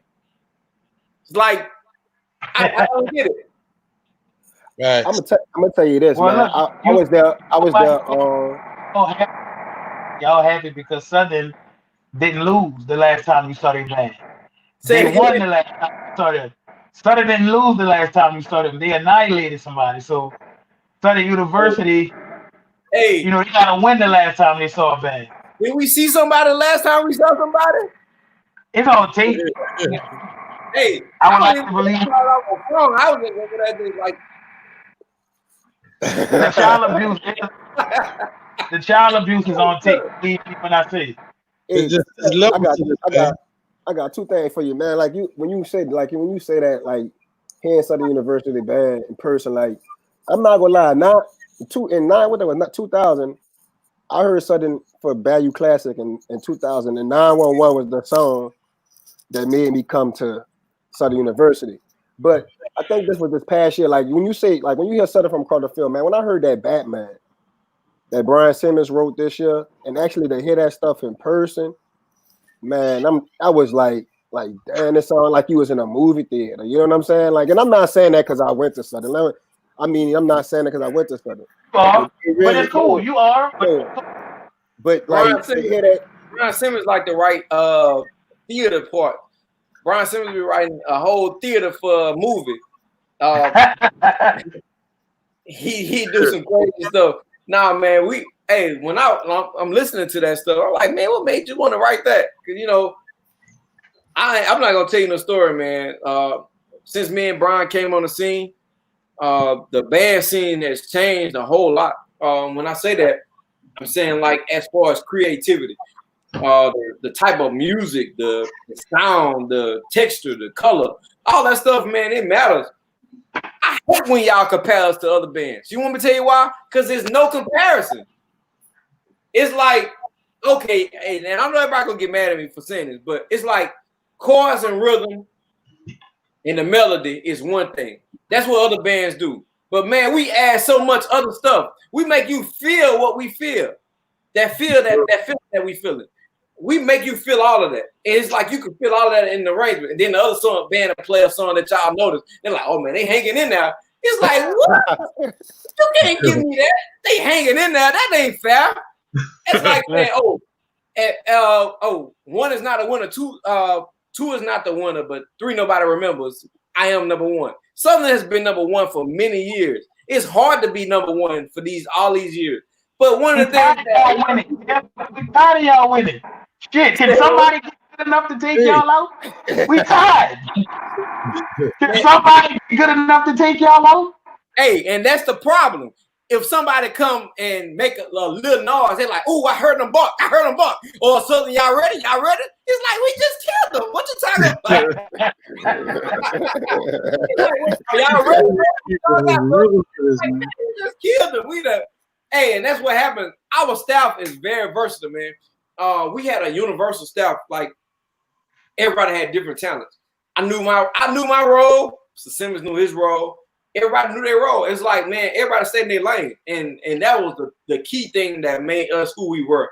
And that's who made Southern University who they are. When you hear a song from Southern, you can automatically recognize what the song is. It's like, It's no question about it. We definitely add our flavor to it. But when you hear that song, you automatically know, oh, I know that song. Other people play it. It's like you got to listen a long time and then they got to say, hey, that's this song right here. And you're like, oh man, they was blowing it. Hey, we didn't know what it was, but it was blowing though. Like, oh, seriously? Like Taylor, you really one of the best. As far as arranging in this game, and you don't really get your respect like you should, but you one of the big dogs. It ain't too many like you, so keep doing what you're doing. First came on the scene at 7. And we seen them 2 reports over that boy. Oh yeah, hey, welcome to Chicago. Darrell had that Chicago. That Chicago. Wait till the horses came though, because the freshmen wasn't. They couldn't cut it. Yeah. Listen, Burger, real talk. I tell a lot of people, man, I have not changed my style up at all. I've been writing the same way. But I tell you, this is one of the things that people don't know. People judge you on what you write, not how you write what you write. I'm gonna say that again. People judge you on what you write, not how you write what you write. So if I write a song you don't know, this is what Southern was known for, writing songs that people didn't know, and they made them hits. But today time, people want to hear stuff that they know that they can relate to more so than what they don't know. So I have another question for you, Mr. Taylor, from Mr. Kevin. He said, what are some of the things that you guys add to the arrangement that makes it a signature SU tune? Man, you said a lot of words right there. All of that, what you just said, that's what makes it signature. Being able to make it your own, the color, the texture. Man, I could tell you, me and say, bro, me and Brian talking in the office, me and Brian Simmons, we'll talk in the office, and we'll hear other bands, and we're like, man, they don't understand it. It's like they think that it's just being loud. Loud is not gonna make you better. Loud don't make you good. What makes you good is being able to make that song your own, making it your own. Damien Carter said, "All right, all night is all right." He definitely know that. Damien know what time it is. Hey, we're not leaving it till it's right, but we don't practice for hours. We practice for results. That was y'all they was talking about letting them kids out at 2 o'clock in the morning. That was y'all they was talking about. It was sugarcoat stuff. They didn't want to say no names, but look, it is. Oh, that was something they was talking about. Y'all was running a slave factory over there. Maybe they need to do it longer because Hey, look, I promise you this. One thing we didn't do, we didn't just practice just to practice. The people expect Southern University to produce something new every week. So in order to produce something every week, man, we had to practice. When I was in the band, Johnny could tell you, when we were in the band, we did the same show all probably the whole first half of the season until we saw Jackson State. Then we'll have a new show. Then homecoming we'll get something easy. It wasn't nothing hard, but it would be something new, but it wouldn't be hard. But then when we see the classic, it was the best of the show. But nowadays, we can't do that. Man, you got to have something new every week. I remember we did the same show 2 weeks in a row. They're like, all right, what they got new this week? I know they're going to do something new this week. It's like, man, back in the day, Dr. Grace didn't do a lot of new shows, but people expect us to do that. So being able to have 200 songs, a whole new set of songs every week. I will say that. Boy, the playing field gets so different when something out there. Hey, can I tell y'all the truth? Y'all want to hear the truth or y'all want to hear the lie? We want to hear the truth. Nothing but it, so help God. In 2014, when me and Brian Simmons got on staff, we were writing like some Hebrew slaves. Everything. Bro, when I tell you, it was like every week we were putting out 2 and 3 songs a week. And it was like, I was like, man, I can't keep this up. I just can't. We played the same songs all year. Bro, that's what changed the game for Southern. Man, when Mr. Taylor, they really not to keep cutting you off, but they really asked you, man. They said, what are some things that you could recommend to the high school band directors to ensure students are ready for college? Man, one of the things that I always say, there are not bad bands, there are bad band directors. Hey, true. There are not bad bands. I hear people saying all the time, man, I don't have this because of this. Man, you can take 10 people and be successful. I hear people all the time say, man, I don't have a feeder program. I don't have this. Man, I had a feeder program at Baker when I was there, but guess what? I started 40 kids a year to be able to create a program. I would go in the hallways and in the classrooms to the beta kids and make sure that was, I asked students, hey, man, you want to be in a band program? We got some new instruments. And I would invite them in there, but it's in what you teach.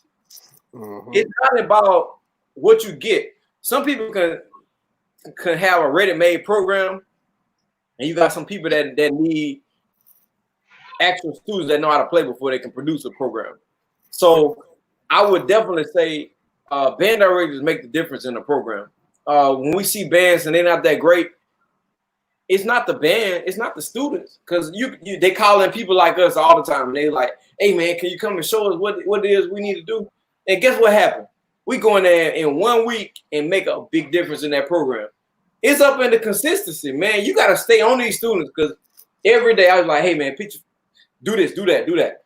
Make sure you breathe before you play, because the only way you can put some air in the horn, you got to use air. You got to breathe it in and push it out. So a lot of people think, how I can put some air in the horn and play loud? It's about air.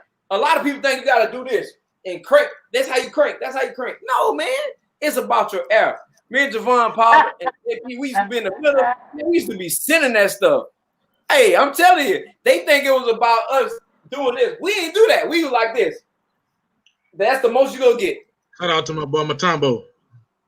Oh yeah. What Matambo at? He used to somewhere with it. That's how he played. He played straight up. But what Matambo?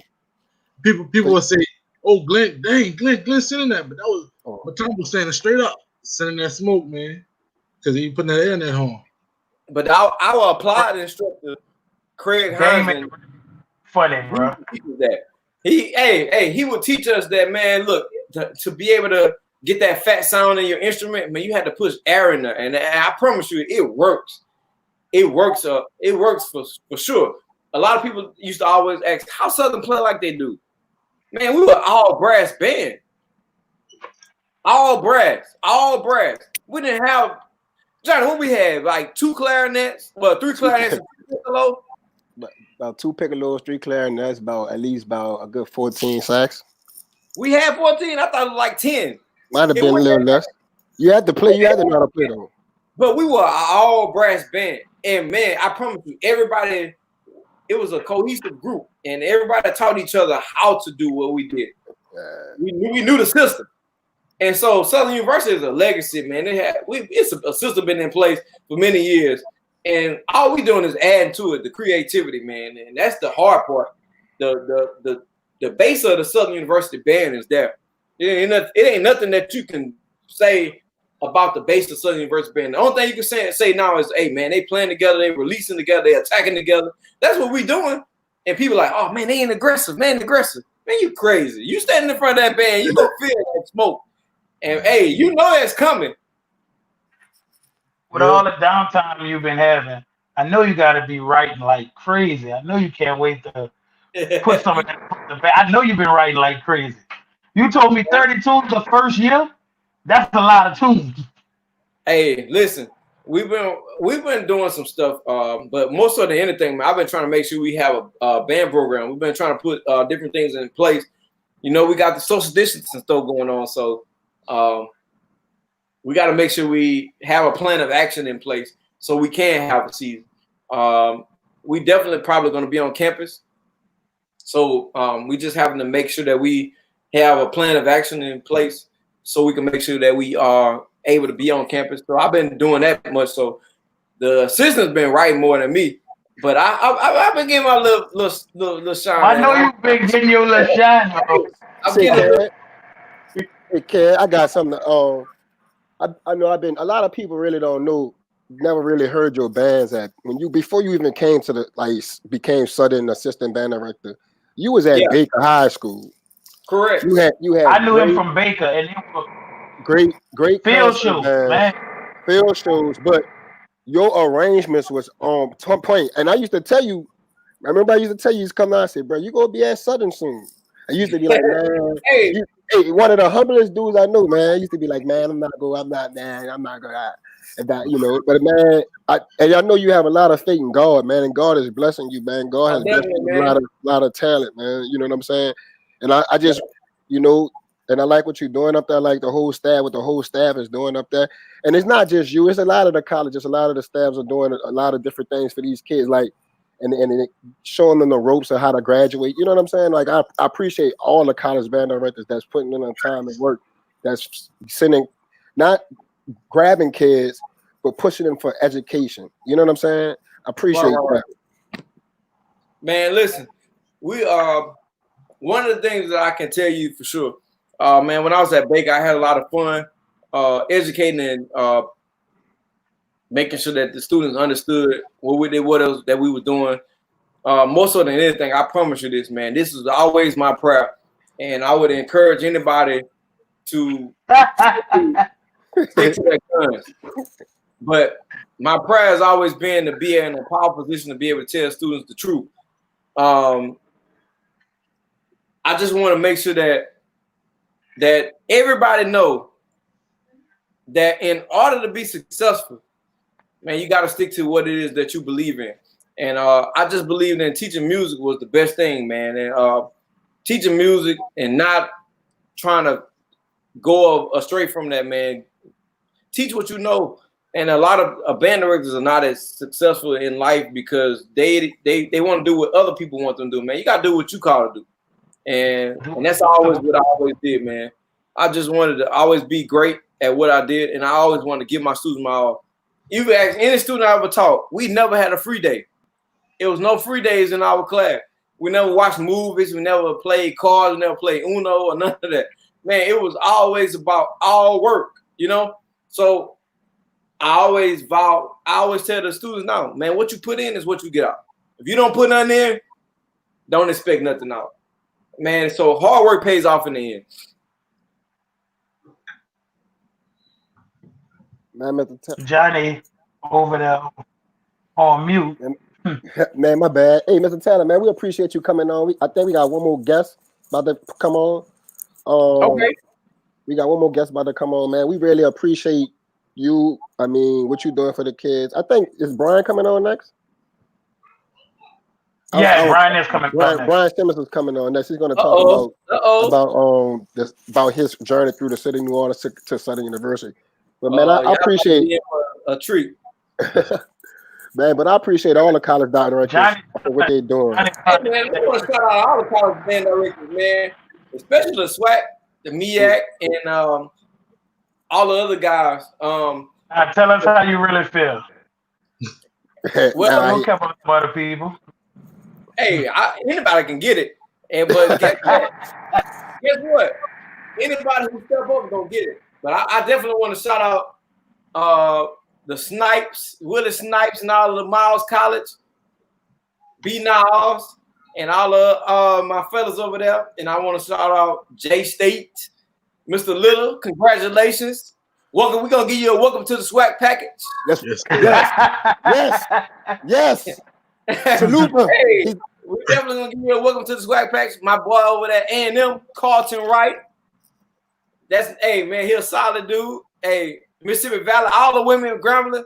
Hey, we don't take pity on no women now. Hey, you step up to the plate.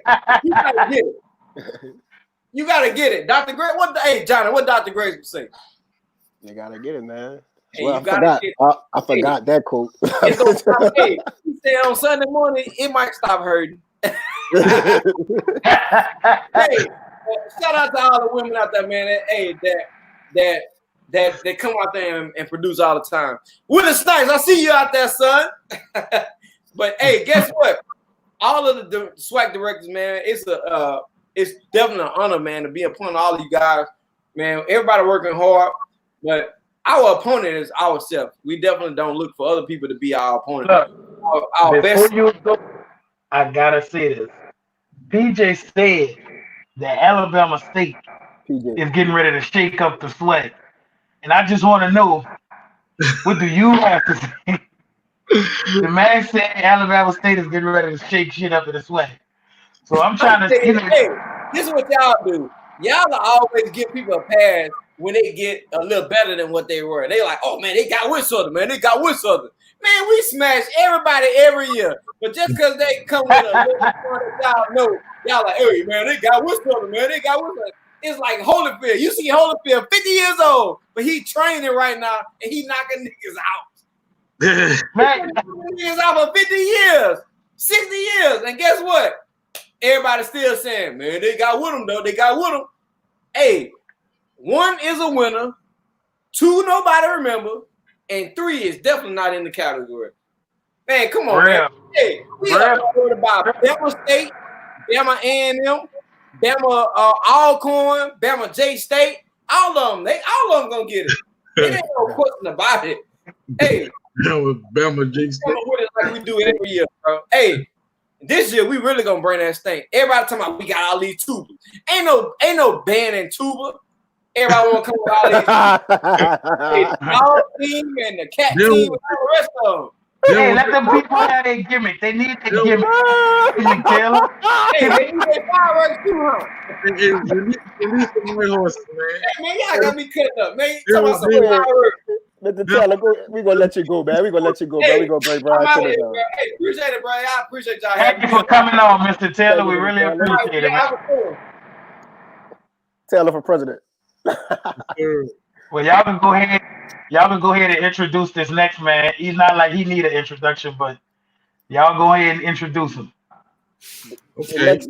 You got him, Durant, or you want me from the Southern University. We have one of the greats. You dig, Mr. Brian Simmons himself. New Orleans native. New Orleans y'all- native. Can y'all- New Orleans native. Yeah, we can hear you. We can hear you. What's good, man? I saw y'all had Mr. Taylor on there. Yeah.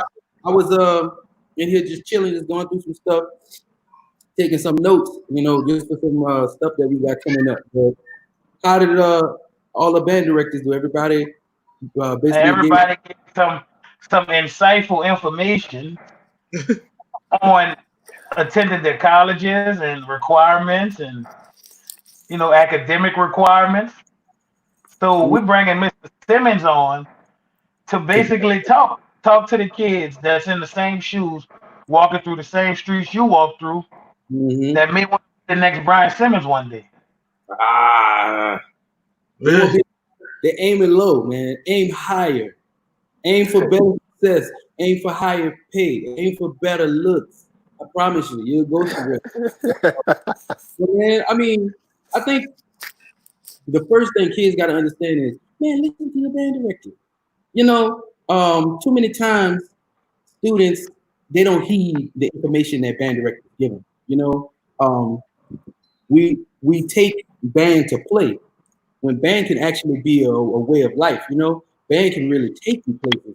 And you don't have to be a music major. When I came to Southern University, I didn't want to be a band director. I'm not gonna say I didn't want to be a band director, but I'll say that wasn't on my radar. But I majored in music because that was something I was good at. But marching band helped, it helped me get through. It helped pay for my education. It helped me make it through and get a degree, 2 degrees, and working on another one. So I think people just need to really take heed to the things that their band directors tell them. Your band directors are just as simple or just as important as your science or your math or your parents. Another thing is, take your instrument serious. Too many times, I see a lot of students, they come with so much talent and so much promise, and they don't get any better because they get comfortable, they get complacent. You maybe get about 30-40% of musicians who come into a college program and they get better, and they reach their talent level or not so much the talent level, but just that glass ceiling where they're supposed to. So practicing is very important, but you got to have the right mindset, and I tell students, it doesn't really matter where you go if you decide to go to college. Just make sure it's in your heart. I went to Southern University because when I saw Southern, I couldn't go against that. That's just, that's just what it was, man. I saw Southern, man, the first time I've seen Southern Band live. The first time I seen Southern Band live was in 2001. And I swear to you, I didn't care. Southern Band was right next to me playing. I was like, can we go home? I don't care nothing about this. You just hear horns and stuff like that. I remember being little, my grandma making us watch the Bayou Classic. I'm like, I don't care nothing about this. But one day it clicked. And when it clicked, man, it clicked when I really got in the band. And when I heard Southern, I went to a game and I was like, oh my God, this is what this sound like. It ain't nothing like live. It's nothing like live, man. It's nothing like live. And I had to ask myself, I was like, could I go against this every year? And the answer was no. No. I would take my chances. You know what I'm saying? I would take my chances being the only crab in the band. I don't know how that would have worked out. I don't know. But I take my chances being the only one. But at the end of the day, man, I'm gonna stick with it, So it's gotta be in your heart, man. That's one thing about me, man. I ain't no used car salesman. But maybe you want this, no, please. Either you want to be as the Southern or not. There's billions of people in the world. There's 0.00003% can say they got that S on their chest. Now, do you want to be in the number or not? That's just what it is. Everybody who marched in the human jukebox, they want to be there. They want to be there. So, what we're going to go for is basically, man, the hard workers and the people that got Southern in their heart. You got to have it in your heart to make it through. It's more mental than anything. It's mental. So it's just a matter of knowing where you want to be. People going to give you many proposals. For one, know where you are. That's the big thing. You got to know where you are on your instrument, man. Southern University could be in your heart. Jackson State University, all these other prime HBCUs could be in your heart, who have great and outstanding band programs. That could be in your heart. But if you ain't cut that mustard, sometimes you need to listen. You know what I'm saying? You need to listen to other offers. Like, man, I auditioned a guy on baritone one time. Dude came in there, couldn't play X, Y, Z. He gonna tell me, yeah, Texas College offered me this. I said, oh yeah, that's kind of what brother. You know, I'm not saying that to be mean. I'm just saying that to the point of like, man, once you're 17, that's probably the youngest we get auditions, like 17. Once you're 17, it starts time to tell the truth. You gotta tell the truth now. You know what I'm saying? You 17 years old. I want to be president. You want to be president of the United States, and you got a 2.1 GPA. Okay, we're going to start working towards something else. That ain't what it's gonna be. You know what I'm saying? You know, that's a problem. We don't tell people the truth no more, man. Tell the truth. That's real. You're right. You're right. Tell people the truth, and you know, ain't nothing like serving somebody something real.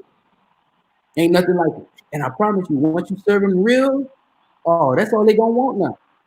That's all they gonna want. I auditioned a girl like 2 weeks ago. She was playing her instrument, and she didn't do well.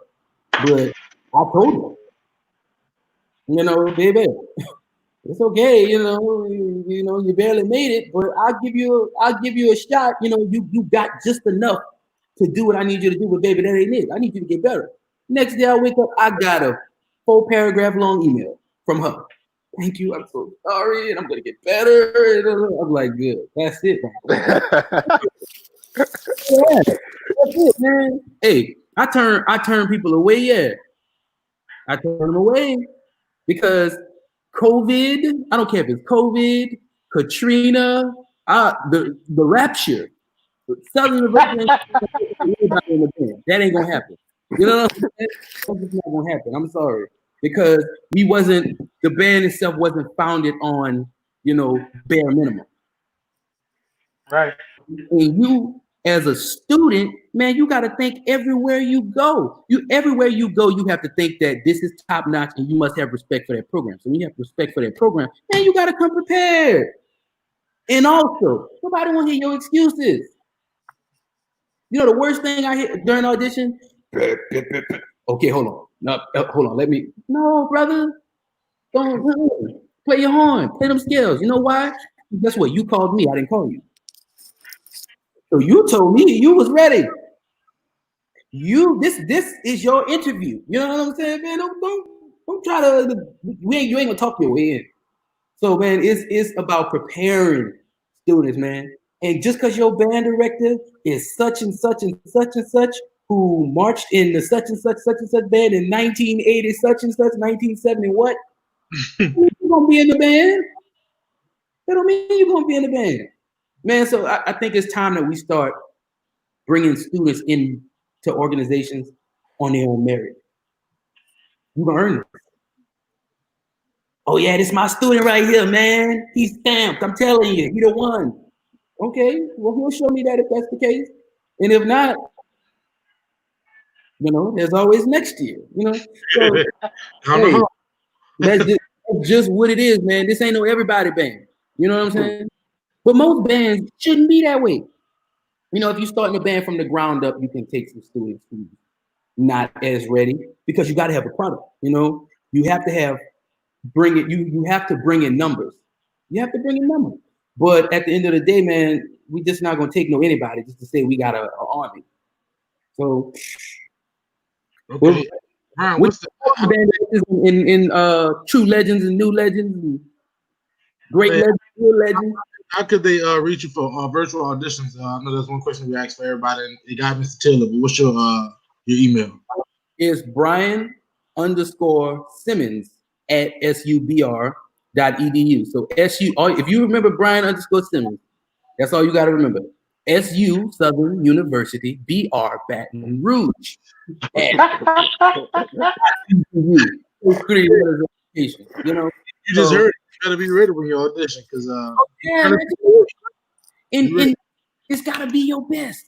It's gotta be your best. But you know what we don't tell people sometimes? Sometimes your best ain't good enough. Sometimes your best not good enough, and when your best not good enough, work harder. Work harder, man. Look, please, man. Hey, I don't care if you call me a new legend, true legend, real legend, street legend. I don't care what you call me. At the end of the day, man, people didn't play with us. No, man, they wasn't giving us nothing. So at the end of the day, man, you go to Popeyes, ask for a 3-piece. They tell you $7.18, and you give them $7 on the money. They don't owe you no chicken. Hey man, you better go in that car and go right in there, count the penny. Don't come to me till it's right. So, like I said, man, we have to start really just preparing them for the real. But y'all want to talk about something that people don't talk about? Let's go. Man, y'all know education is a business. Education is a business. Oh man, education is a business. So, and let's get on some New Orleans stuff right now. That's what we're gonna talk about. Everybody always want to get on why this person band not this big, or why this person doing this, or why this education is a business. You getting into a situation of some kids and or families can't even decide where their children go. Then some of them can decide where they go. I'm from a time you're going up the street. Because that's your school. School, the one closest to you. That's the name of your school. So, you know what I'm saying? A lot of us, we be trying to, we want to rep our school and stuff like that. Hey, man, you going to school all the way across the river. Come on now. You live in the East and you going to school in West Wego. Cut it out. Cut it out now. Our bands would be a lot better. Abramson band would be so much better and bigger if everybody who lived in the East was Abramson. Now, would it not? But you got people you got people who bypass Abramson, go over the high rise, drive, take 610 and go to Grace King. What? Huh? So, but like I said, education is a business, man. Like Louisiana is bottom of education because we're the place where they try all the new stuff. We're the place where they try Washington DC come up with something new. Hey, let's do this for school. Send it to Louisiana. So you've been teaching kids XYZ for 365. The next year is something totally different. Then it's something totally different. And you wonder why you're getting failing, because nothing is consistent. Now let's translate that to band. You got kids, like I said, don't go to the school down the street from over there, so you're losing numbers. Then you got parents who like, I'm gonna send my child to the public school that I think is the best. So if Abramson may not be the best educational climate, they're gonna send them somewhere else. So now you changing curriculum every year, which not gonna get better. It's not gonna get better. And now you can't get no kids, you can't get no students, man. So we hard. I think the people in the band groups, especially New Orleans band groups, they need to know that. They don't know that. They don't know what the band directors deal with. They keep trying to figure out why the bands don't look how they're supposed to look. Man, no, man. Like you can't get you can't understand. Some of y'all doing the best y'all can with what y'all can and what y'all have. So man, I just wanted to all the band directors in New Orleans out here right now. I want to commend you for making it happen. And it's a project just getting kids in the street.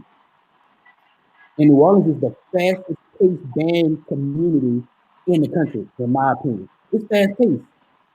It's fast paced. Man, that principal don't want to hear, I have 60 new students and they can't play. Can we sit out the jamboree? No! So you better go to that jamboree. What? And then you got Edna Carr, Landry Walker, Abramson, somebody across the field just yamming on you. And your kid's like, what is we doing? You don't have time to teach them. Fired. Like you just it's hard, man. It's hard. But also band directors, just for some of the band directors listening, man, we got to start throwing them in that water. I do believe that, yeah. You got to throw them in the water. And what's that water? Man, that water is the new experiences for those kids. Like a lot of us, and this will help too. I'm glad we're talking about this. Students who come into college, man, y'all have to realize that college bands have different ensembles. They have a concert band, a wind ensemble, jazz. So what we're gonna have to start doing is just introducing them that to them on this level, no matter how hard it is. I know it's hard, especially like with what is that? Mardi Gras. Sometimes Mardi Gras coming, then 2 weeks after y'all got to go to the concert band festival. Throw them in that water. Band director, you can't be scared to get that 3. You can't be scared to get that 2. You know, you can't be scared for your people to talk about you. I mean, the only people who are going to talk about you is the ones that wasn't in the room. So, what you saying? I got a 3, yeah. But what you got? Nothing, because you wasn't there. You know, man, let me tell you something. I remember at 35, we was working for 4 years, hard, not hard enough apparently. Jeff said, we going to festival. He said, everybody bring $10. We're gonna go to Golden Corral after this. So we like, yeah, let's go. Yeah, you know, we practicing and stuff like that. We doing our concert band and all this other stuff. Man, we go there and stank up the joint. Just stunk it up. So Jeff come out there, we get on the bus. Jeff, we like, yeah, Jeff, what we got? Man, we got 3s, man. We're like, we got 3s? 3 out of what? He said 3 out of, it was a 3 out of 4. 3 out of 4, we close. We supposed to have 1s. We was supposed to have 1. Man, tell me why Jeff canceled our trip to Golden Corral. We went straight back to the school. Lunch was over. That was the whole you know what out here. Like, we're on the back of the bus, man. Like, we made 3s, man. We made 3. Like, we thinking we right on the mark. But at the end of the day, when I got to Southern University and Mr. Jackson put us in wind ensemble, stuff like that, man, see, I did that before. Y'all know how many kids from our area that I teach now that's in my ensemble, and they get in and they be like,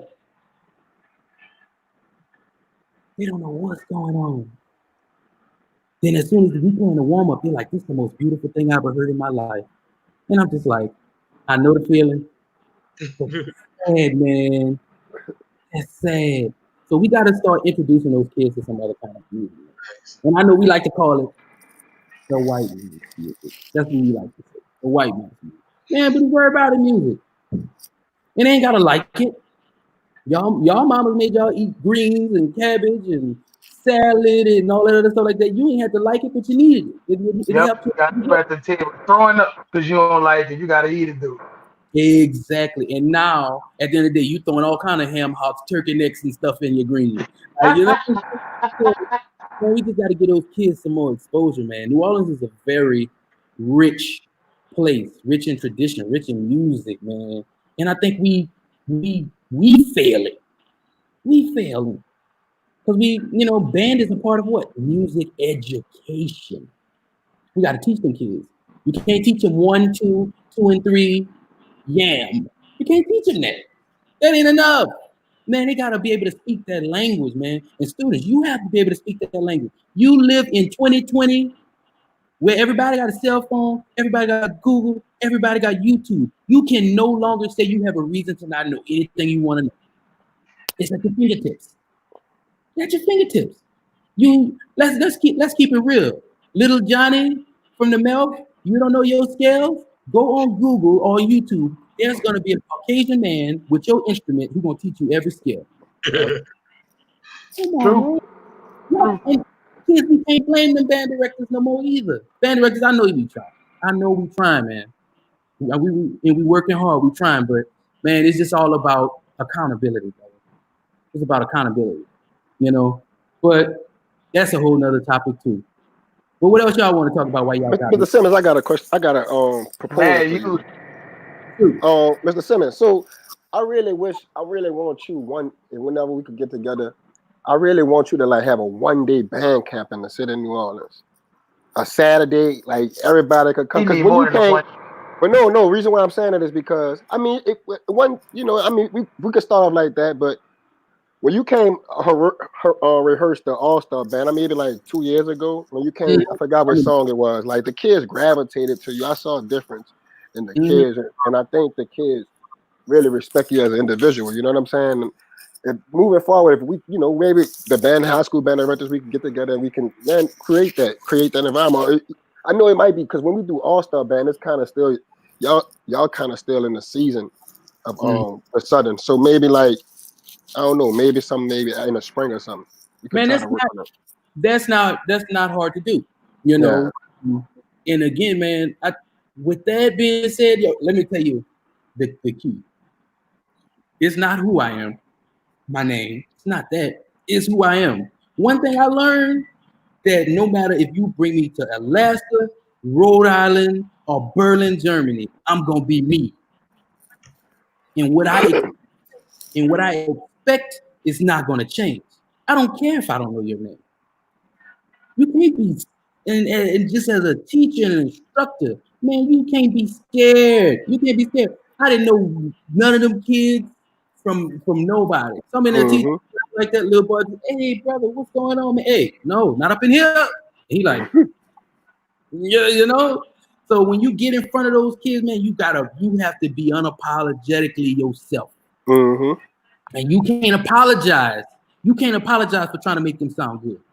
I'm not sorry. I'm not sorry for what I'm about to tell you. I'm not sorry for telling you to pick your horn up. I'm not sorry for telling you how to hold your hand on that instrument. I'm not sorry for telling you how to sound good. And I'm with it, man. And that's why they really responded to that. I don't know who, somebody went before me and they were just like nice and mild with them. The kids just doing all kind of stuff. And he was like, please don't do that. Little Shaquan, please don't do that. Shaquan, sit up. Let me tell you why you don't sound right when you're squeaking on that clarinet. You got to sit up and hold that horn up, baby. Kind of bring your embouche up a little bit. Then she doing this, she all awkward, it hurt a little bit, but you sound better. You sound better. So I can do that for free. Because I get off on that. I get off on that, man. Like trying to, man, going in there and making them sound, going from one thing to the next, man, seeing them bands and those students improve and grow. Oh, man, that's the treat. That's why we do this. So all we got to do is y'all just got to set up some dates, some proposed dates. And once you set up the proposed dates, then y'all just come up with the location. And we come up with the location, man, get the kids in there. Let's go. I'm with it. Now, what y'all gonna do? Now, y'all want to talk about? Let's talk about something. Let's talk about the new New Orleans versus the old New Orleans. Remember, don't y'all be talking about that in them groups? Yes. Let's talk about it. Yes. Man, I think what people don't realize is you gotta let people do their thing. Whatever it is, it's their thing to do. It's their time. Y'all, you got, like y'all say, y'all like to have new legends versus true legends. The common denominator is everybody has went through and left their imprint. So when it's time for the next person to leave their imprint, let them leave their print. Thanks. Like I saw something and somebody was saying something. I saw something. It was like the new St. Aug versus the old St. Aug. The old St. Aug is gone. It will never be that again. It will never be that. It could be something similar, but it's always going to be something different. Anytime you change as a band director, I feel that it's wrong to try to make a band director a slave to the program. That's not fair. That's not fair. It's like you going to St. Augustine and I'm a band director at St. Augustine and I have to be Edwin Hampton. I will never be him. You want me to fail? Make me him. Call me him. Call me him. I failed already. I don't look like him. Look at me. This is Brian Simmons. This is Edwin Harrell Hampton. If you ever seen him, Edwin Hampton was a creamy dude. This is me. I done lost already. So you gotta kind of let me do my thing. Now there's pillars that programs stand on. There's stuff that Southern always at the end of the day, we're gonna march, we're gonna keep that clean look, we're gonna go get for that nice big brassy sound. There's pillars that your band stands on, that discipline. As a director, keep those pillars, but at the end of the day, do your thing, man. And then you gotta let people do their thing because you won't keep it G. That's like me getting on here. 35 ain't what they used to be. It ain't what they used to be. When I was there, with people taking tests to get into school, and we was doing all this. Yeah, we did all that, but we wasn't that great either. Quiet, cricket. I think. I don't know. I think y'all looking at it wrong when we say that. I think you can compare. You could compare old St. Aug versus new St. Aug because that's what we do. Just like you can compare old Southern and a new Southern. I mean, like that's what people. I mean, it's a debate. It's not like nobody's actually saying. You can compare, but you can't recreate. No, nobody, no, never said that. I never. I'm not. A lot of y'all want to recreate. A lot of old heads want to recreate. That's very true. A lot of old heads want to recreate that. Y'all always saying y'all don't sound like old New Orleans. Well, we don't want to sound like old New Orleans. We shouldn't want to sound like that. The sound should evolve. We want the sound to evolve. I've been saying the sound should evolve, but New Orleans is like, so the old New Orleans. So when you say that they say they should sound like they old New Orleans, when they say that, what you mean by that, Berger? What you take from that? What you take from that? I take that y'all want, like y'all always say, like, oh, y'all don't sound like we sounded back in the day. And then when I give y'all visual video proof of like y'all played everything short as shit most of the time and just short notes, short lad notes. And when you listen back to that, it sounds real stupid today. Like I'm not being funny, but it wouldn't work in today's band world. It just don't fit.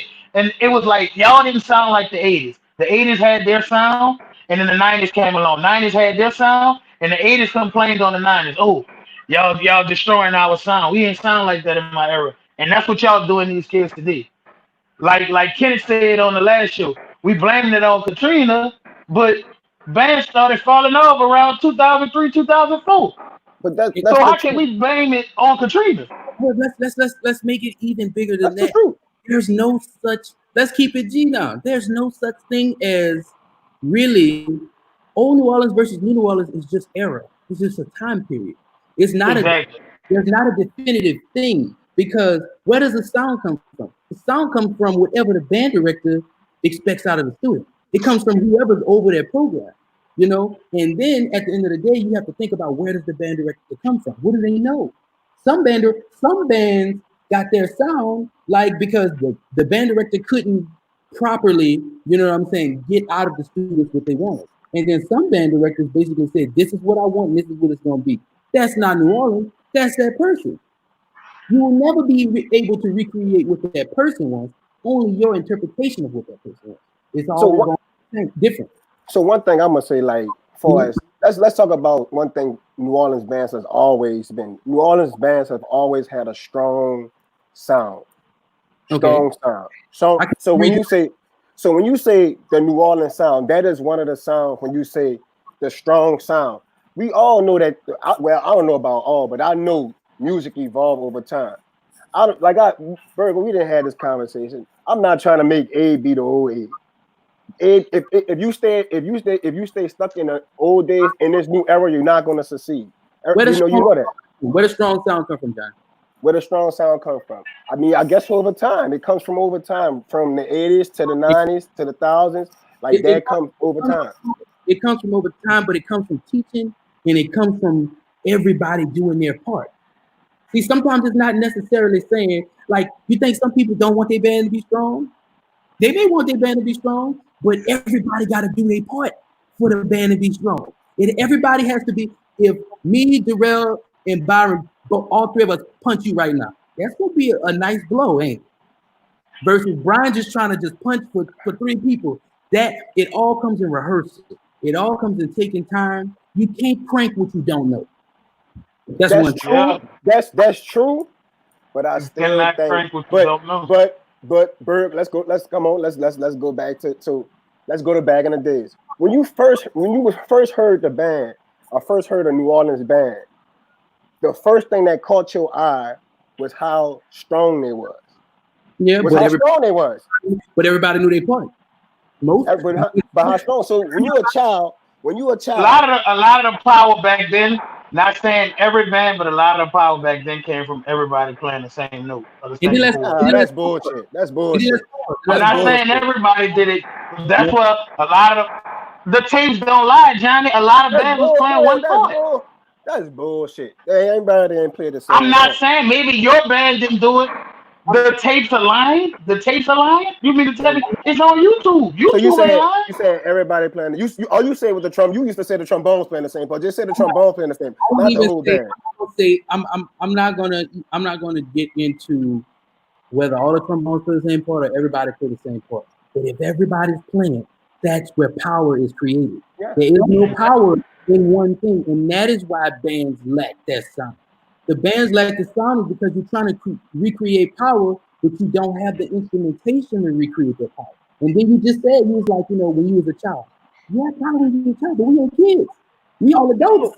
So what I'm saying is, as a child, so what I'm saying is, I'm about to bring it to reality. When y'all was children, I was in high school. You just said 2001. That what you said, Southern 2001. You really didn't know. I was in that Southern band. So, but when you start, what you really caught, what you said was, when you heard Southern, you was like, you don't want to get messed over like that again. It was the sound, but let me tell you something. When I heard 911, when I heard Southern play 911 in 2000, it was the. I told myself I would never get blown out like that ever in my life.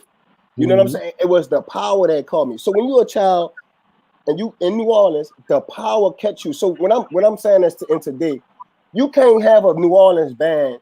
Of course, you have to sound good, but you don't give a New Orleans band the props that they don't have no power with them. They have to sound good, but they have to have power with them. That's factual stuff. Like I think all the bands are powerful. To be honest, they are powerful. But when it's unbalanced, all of them are powerful. That is true. All of them. When it's unbalanced, it's impossible be as powerful as you can. And then you got to realize this too. And I'm not knocking any old generation or era, man. When you've been playing the same song all year, you know what I'm saying? Eventually, it's going to get to a point, because New Orleans bands peak in Mardi Gras. That's what people don't realize. People fail to realize that. If a New Orleans band is ran correctly during Mardi Gras, you don't want to see them. But hold up. Helen Cox do sound good. But if that's the case, then, all right, let's make it like this. If that's the case, Helen Cox should be the best band in the city. If that's the case, but they don't get the props because they're one of the best sounding bands in the city. The reason why they don't get props because people say they're not loud.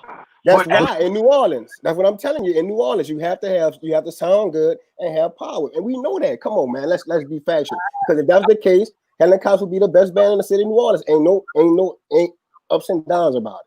I can say New Orleans bands are known to be strong. Most bands are strong, but at the end of the day, I don't know who's band director at Helen Cox. Who band director at Helen Cox? That's Lonzy. Lonzy Jackson. Man, let me tell you something. At the end of the day, I've heard a lot of Lonzy bands, and Lonzy is consistent in what he does. Yes, exactly. Just not his focus. So that's Lonzy just doing Lonzy. That's just what Lonzy. Hey, I heard some of Lonzy bands. I remember when Lonzy was at Carver. Lonzy was at Carver when, I don't know, I think that was like 2009, 2010, one of those years. Yeah, man, Lonzy had some of the best F horns in the city. Yeah, he had probably the best F horns in the city that year. That was my senior year, yeah. He wasn't doing nothing crazy. Like Lonzy why is he not getting the props that he deserved in this era? Now, guess what? It all depends. Now, let's pause this. Why is Lonzy Jackson and his band program not getting the props that he deserves? Is because, like you said, as kids, but now we're adults. And when we're adults, we have to be objective about our opinions and decisions. Like when I listen to a band, I'm going to go for, does this band sound good? Number one. Like you could put Lonzy band against the loudest band in the city. If Lonzy band is balanced and they execute their music and everything, embarrassed. As an adult and a musician who knows better, I gotta give it to him. So it really just depends on the people who you have judging, or the people who you have casting their opinions on things. Some people, I'm sorry. You call me into the doctor's office and you show me this person's clipboard and you ask me my opinion on it. My opinion is not going to be worth anything because that's not what I know. Now, I'm not saying that you got to know music to know music. That's not true. But what sounds good and that's subjective. That's just what people think. So some people, I mean, everything ain't gonna be for everybody. You know what I'm saying? But Lonzy was one thing that's gonna be good. You ain't gonna be able to tell me my band sound bad.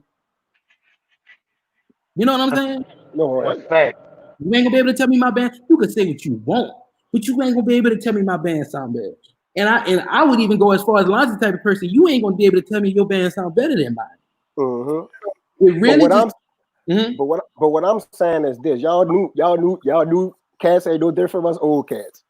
True. The reason why, and let's be real. Let's be you, Brian. You know better. All us know better. We know better. But the reason why Lonzy band does not get their props in New Orleans is because he doesn't focus on power. And if I that was wouldn't the say case, that because I've but been telling y'all. Burger, that's Burger. I've been telling y'all for years, though, Johnny. I've been saying for years that Helen Cox is a top program in the city, and everybody was, oh, you don't know what the F you talking about. Oh, yeah, a lot of them came down on me when I was the one came out and said Helen Cox was a top band program that don't get no respect. I've been I saying it for remember you years. said that. I remember you said that. And Yeah, everybody came down on you because of what? Because people in New Orleans, Because either niggas new said legends, they wasn't loud. new legends, They old wasn't legends, loud. it does not matter the legends. man, Focus more on if the y'all band looking is at, that powerful. y'all missing something that you should really look at. At the end of the day, Lonzy is known for me personally, Lonzy is notorious for going to band programs that's like BC side. Like when Lonzy was at Douglas, nobody was talking about Douglas. The school, nobody was talking about Douglas. When Lonzy was at Carver, nobody was talking about Carver. The school. When Lonzy was at Rob Wayne, nobody was talking about Rob Wayne. The school. Lonzy's across the river at Helen Cox. Nobody's talking about Helen Cox. The school. So you got to realize when your school don't really have that name to get into the conversation, you see everybody get on Kennedy and talking about what they're doing and what they're not doing because of the name Kennedy.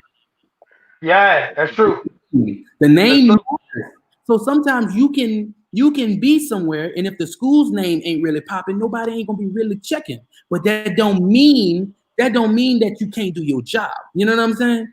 That's factual. Facts. That and he's done his job consistently.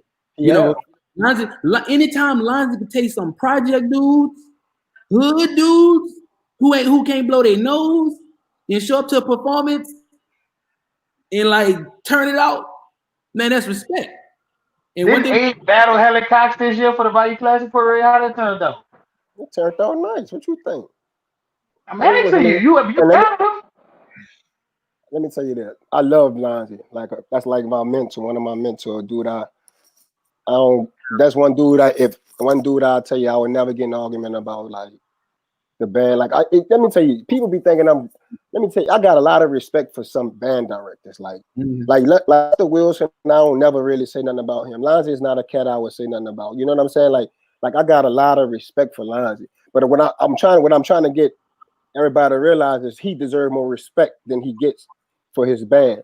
If we want to say what we're gonna say, you feel what I'm saying?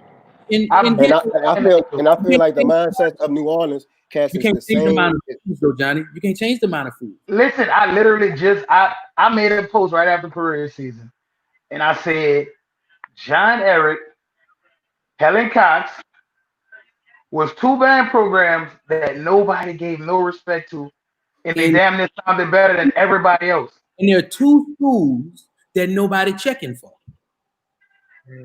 Let's keep it G. Like when you go to the parade, nobody like, oh, I'm just waiting on Eric. You know what I'm saying? And that's not so much. That has nothing to do with the students today. That has nothing to do with the band directors. That has to do with just the culture of New Orleans and how New Orleans. Yep, that's what it is. Watch it though. The culture of New Orleans, though, the whole city, and how those schools fit into the culture. West Jeff had good bands, some decent bands. West Jeff had some decent bands, but nobody checks for West Jeff like that. When you think of band, nobody will come to mind. So people, man, guys are out here grinding, man. They are grinding, and I'm gonna say this: because your program don't get the notoriety it deserves, don't mean you're not getting the respect. Right. Because every time you go out there and you teaching them kids and you at a performance and you getting invited to other performances and doing that, your respect is earned. You know what I'm saying? Hey, Lonzy keep getting jobs. He keep them lights on, keep that Brian, earlier today you said that kids need to be exposed to different genres of music. I would guarantee my bank account if you get a kid from John Eric, they're gonna be walking through your door ready to be in your concert band. Yeah, John Eric has a lot of good kids, man. I auditioned a lot of them between last year and this year. They're very fundamentally solid. They're very fundamentally solid on their instrument, and they're hard workers. And that's all I look for. Because guess what? You can't crank your way into something. I ain't gonna say you can't crank your way into college. Not gonna. Because some people be like, all right, Come on, let me hear it. Let me hear it. Tourist, let me hear it. All right, give it to me. You know, some people do. 99% of the band programs are not going to do that. They're not going to let you crank your way into. But John Eric, they produce Kennedy's over there. I don't know who you have working with, but he produced fundamentally sound musicians with hard work ethic. So you show me you got the talent, and you show me you got the work ethic to be a Jaguar and be in this band. Like that's what it's about, man. It's about like producing good students and good musicians. But I think with New Orleans, man, as a whole, what we have to learn to do, man, is to look at things objectively. You have to look at things objectively. And again, like even I'm not ashamed to say, man, when I was in school, we had good days and we had bad days. You know what I'm saying? We had good days and we had bad days, but that never. And then another thing too, you can't always judge a student by the band program because some students are really good. Some students They know how to hide. They know how to hide in a good band. They're telling Kennedy boys that. Yeah, we got. Hey, Brian, man, I want to chat with you more, man. Like one-on-one, man. Like this me and you had like it's a good conversation, man. You having. Hey, man, not just me and you, Burger. Well, I know we got to wrap it up. Yeah, next time y'all want to do a show, man, just call me on and we can get down to the specifics. We can get into it, man. Like for real. I wanted that tonight. So we most definitely got to bring you on because we're gonna bring you on. Burger asked everybody else before we go. What's some things you working on for the fall and some of that smoke you're gonna be giving out? I'm not gonna tell you. Oh, yeah. Look, we're not asking for no music. We asking for verbal towards any band. Oh yeah, I ain't gonna really say the specifics because you got to keep the element of surprise. You know what I'm saying? I like the element of surprise, but I'm not really into talking trash. I ain't gonna talk trash to game day. See me? They be going back and forth on the internet. I'm gonna crank on your mother. I'm good. Well. PJ has to say. Saturday night? Oh yeah, it's going down. PJ has something to say. He's gonna shake the band world up over there, Alabama. Yeah, he just said he's shaking the band world up in the swag this season. So what's your response to PJ shaking the swag up this year? What I've learned is, and PJ is my boy, for real. We talk weekly. When you tell people what you're going to do, you damn well better do it. You damn well better do it. But for me, one thing you know, Southern gonna be Southern. That's what I'm going to tell you. Southern University is going to be Southern, and we're going to turn up on you. And that is a promise at the end of the day. Like, and I can guarantee him and everybody else that. So expect that. It's just, and I don't care how anybody really feels about that because it's just like a hurricane. You know it's coming, but you can't stop it. So he better get his water. He better get his flashlights. early. You better have his flood insurance. That's all I'm gonna tell him. Because now y'all need to call me, man. Call me for the next one. I'm ready. Yes, we got you. We're gonna have to get him on for his own show, man. Yeah, we got your own. We gotta bring you back for your own segment and let you. All-Star band. Let's talk New Orleans. Let's talk it, man. Let's get it in. We gonna be contacting you, but we most definitely gotta do this, B. We got to for the culture. All right, fellas, man. Easy. Hey, look, make sure y'all like the page. Make sure y'all like the page. Y'all like it, man. Crucial Conflict. Make sure y'all like and share. Thank you, Brian Simmons. Crucial Conflict. Like the page. Thank you for coming on, B. Peace. Anytime.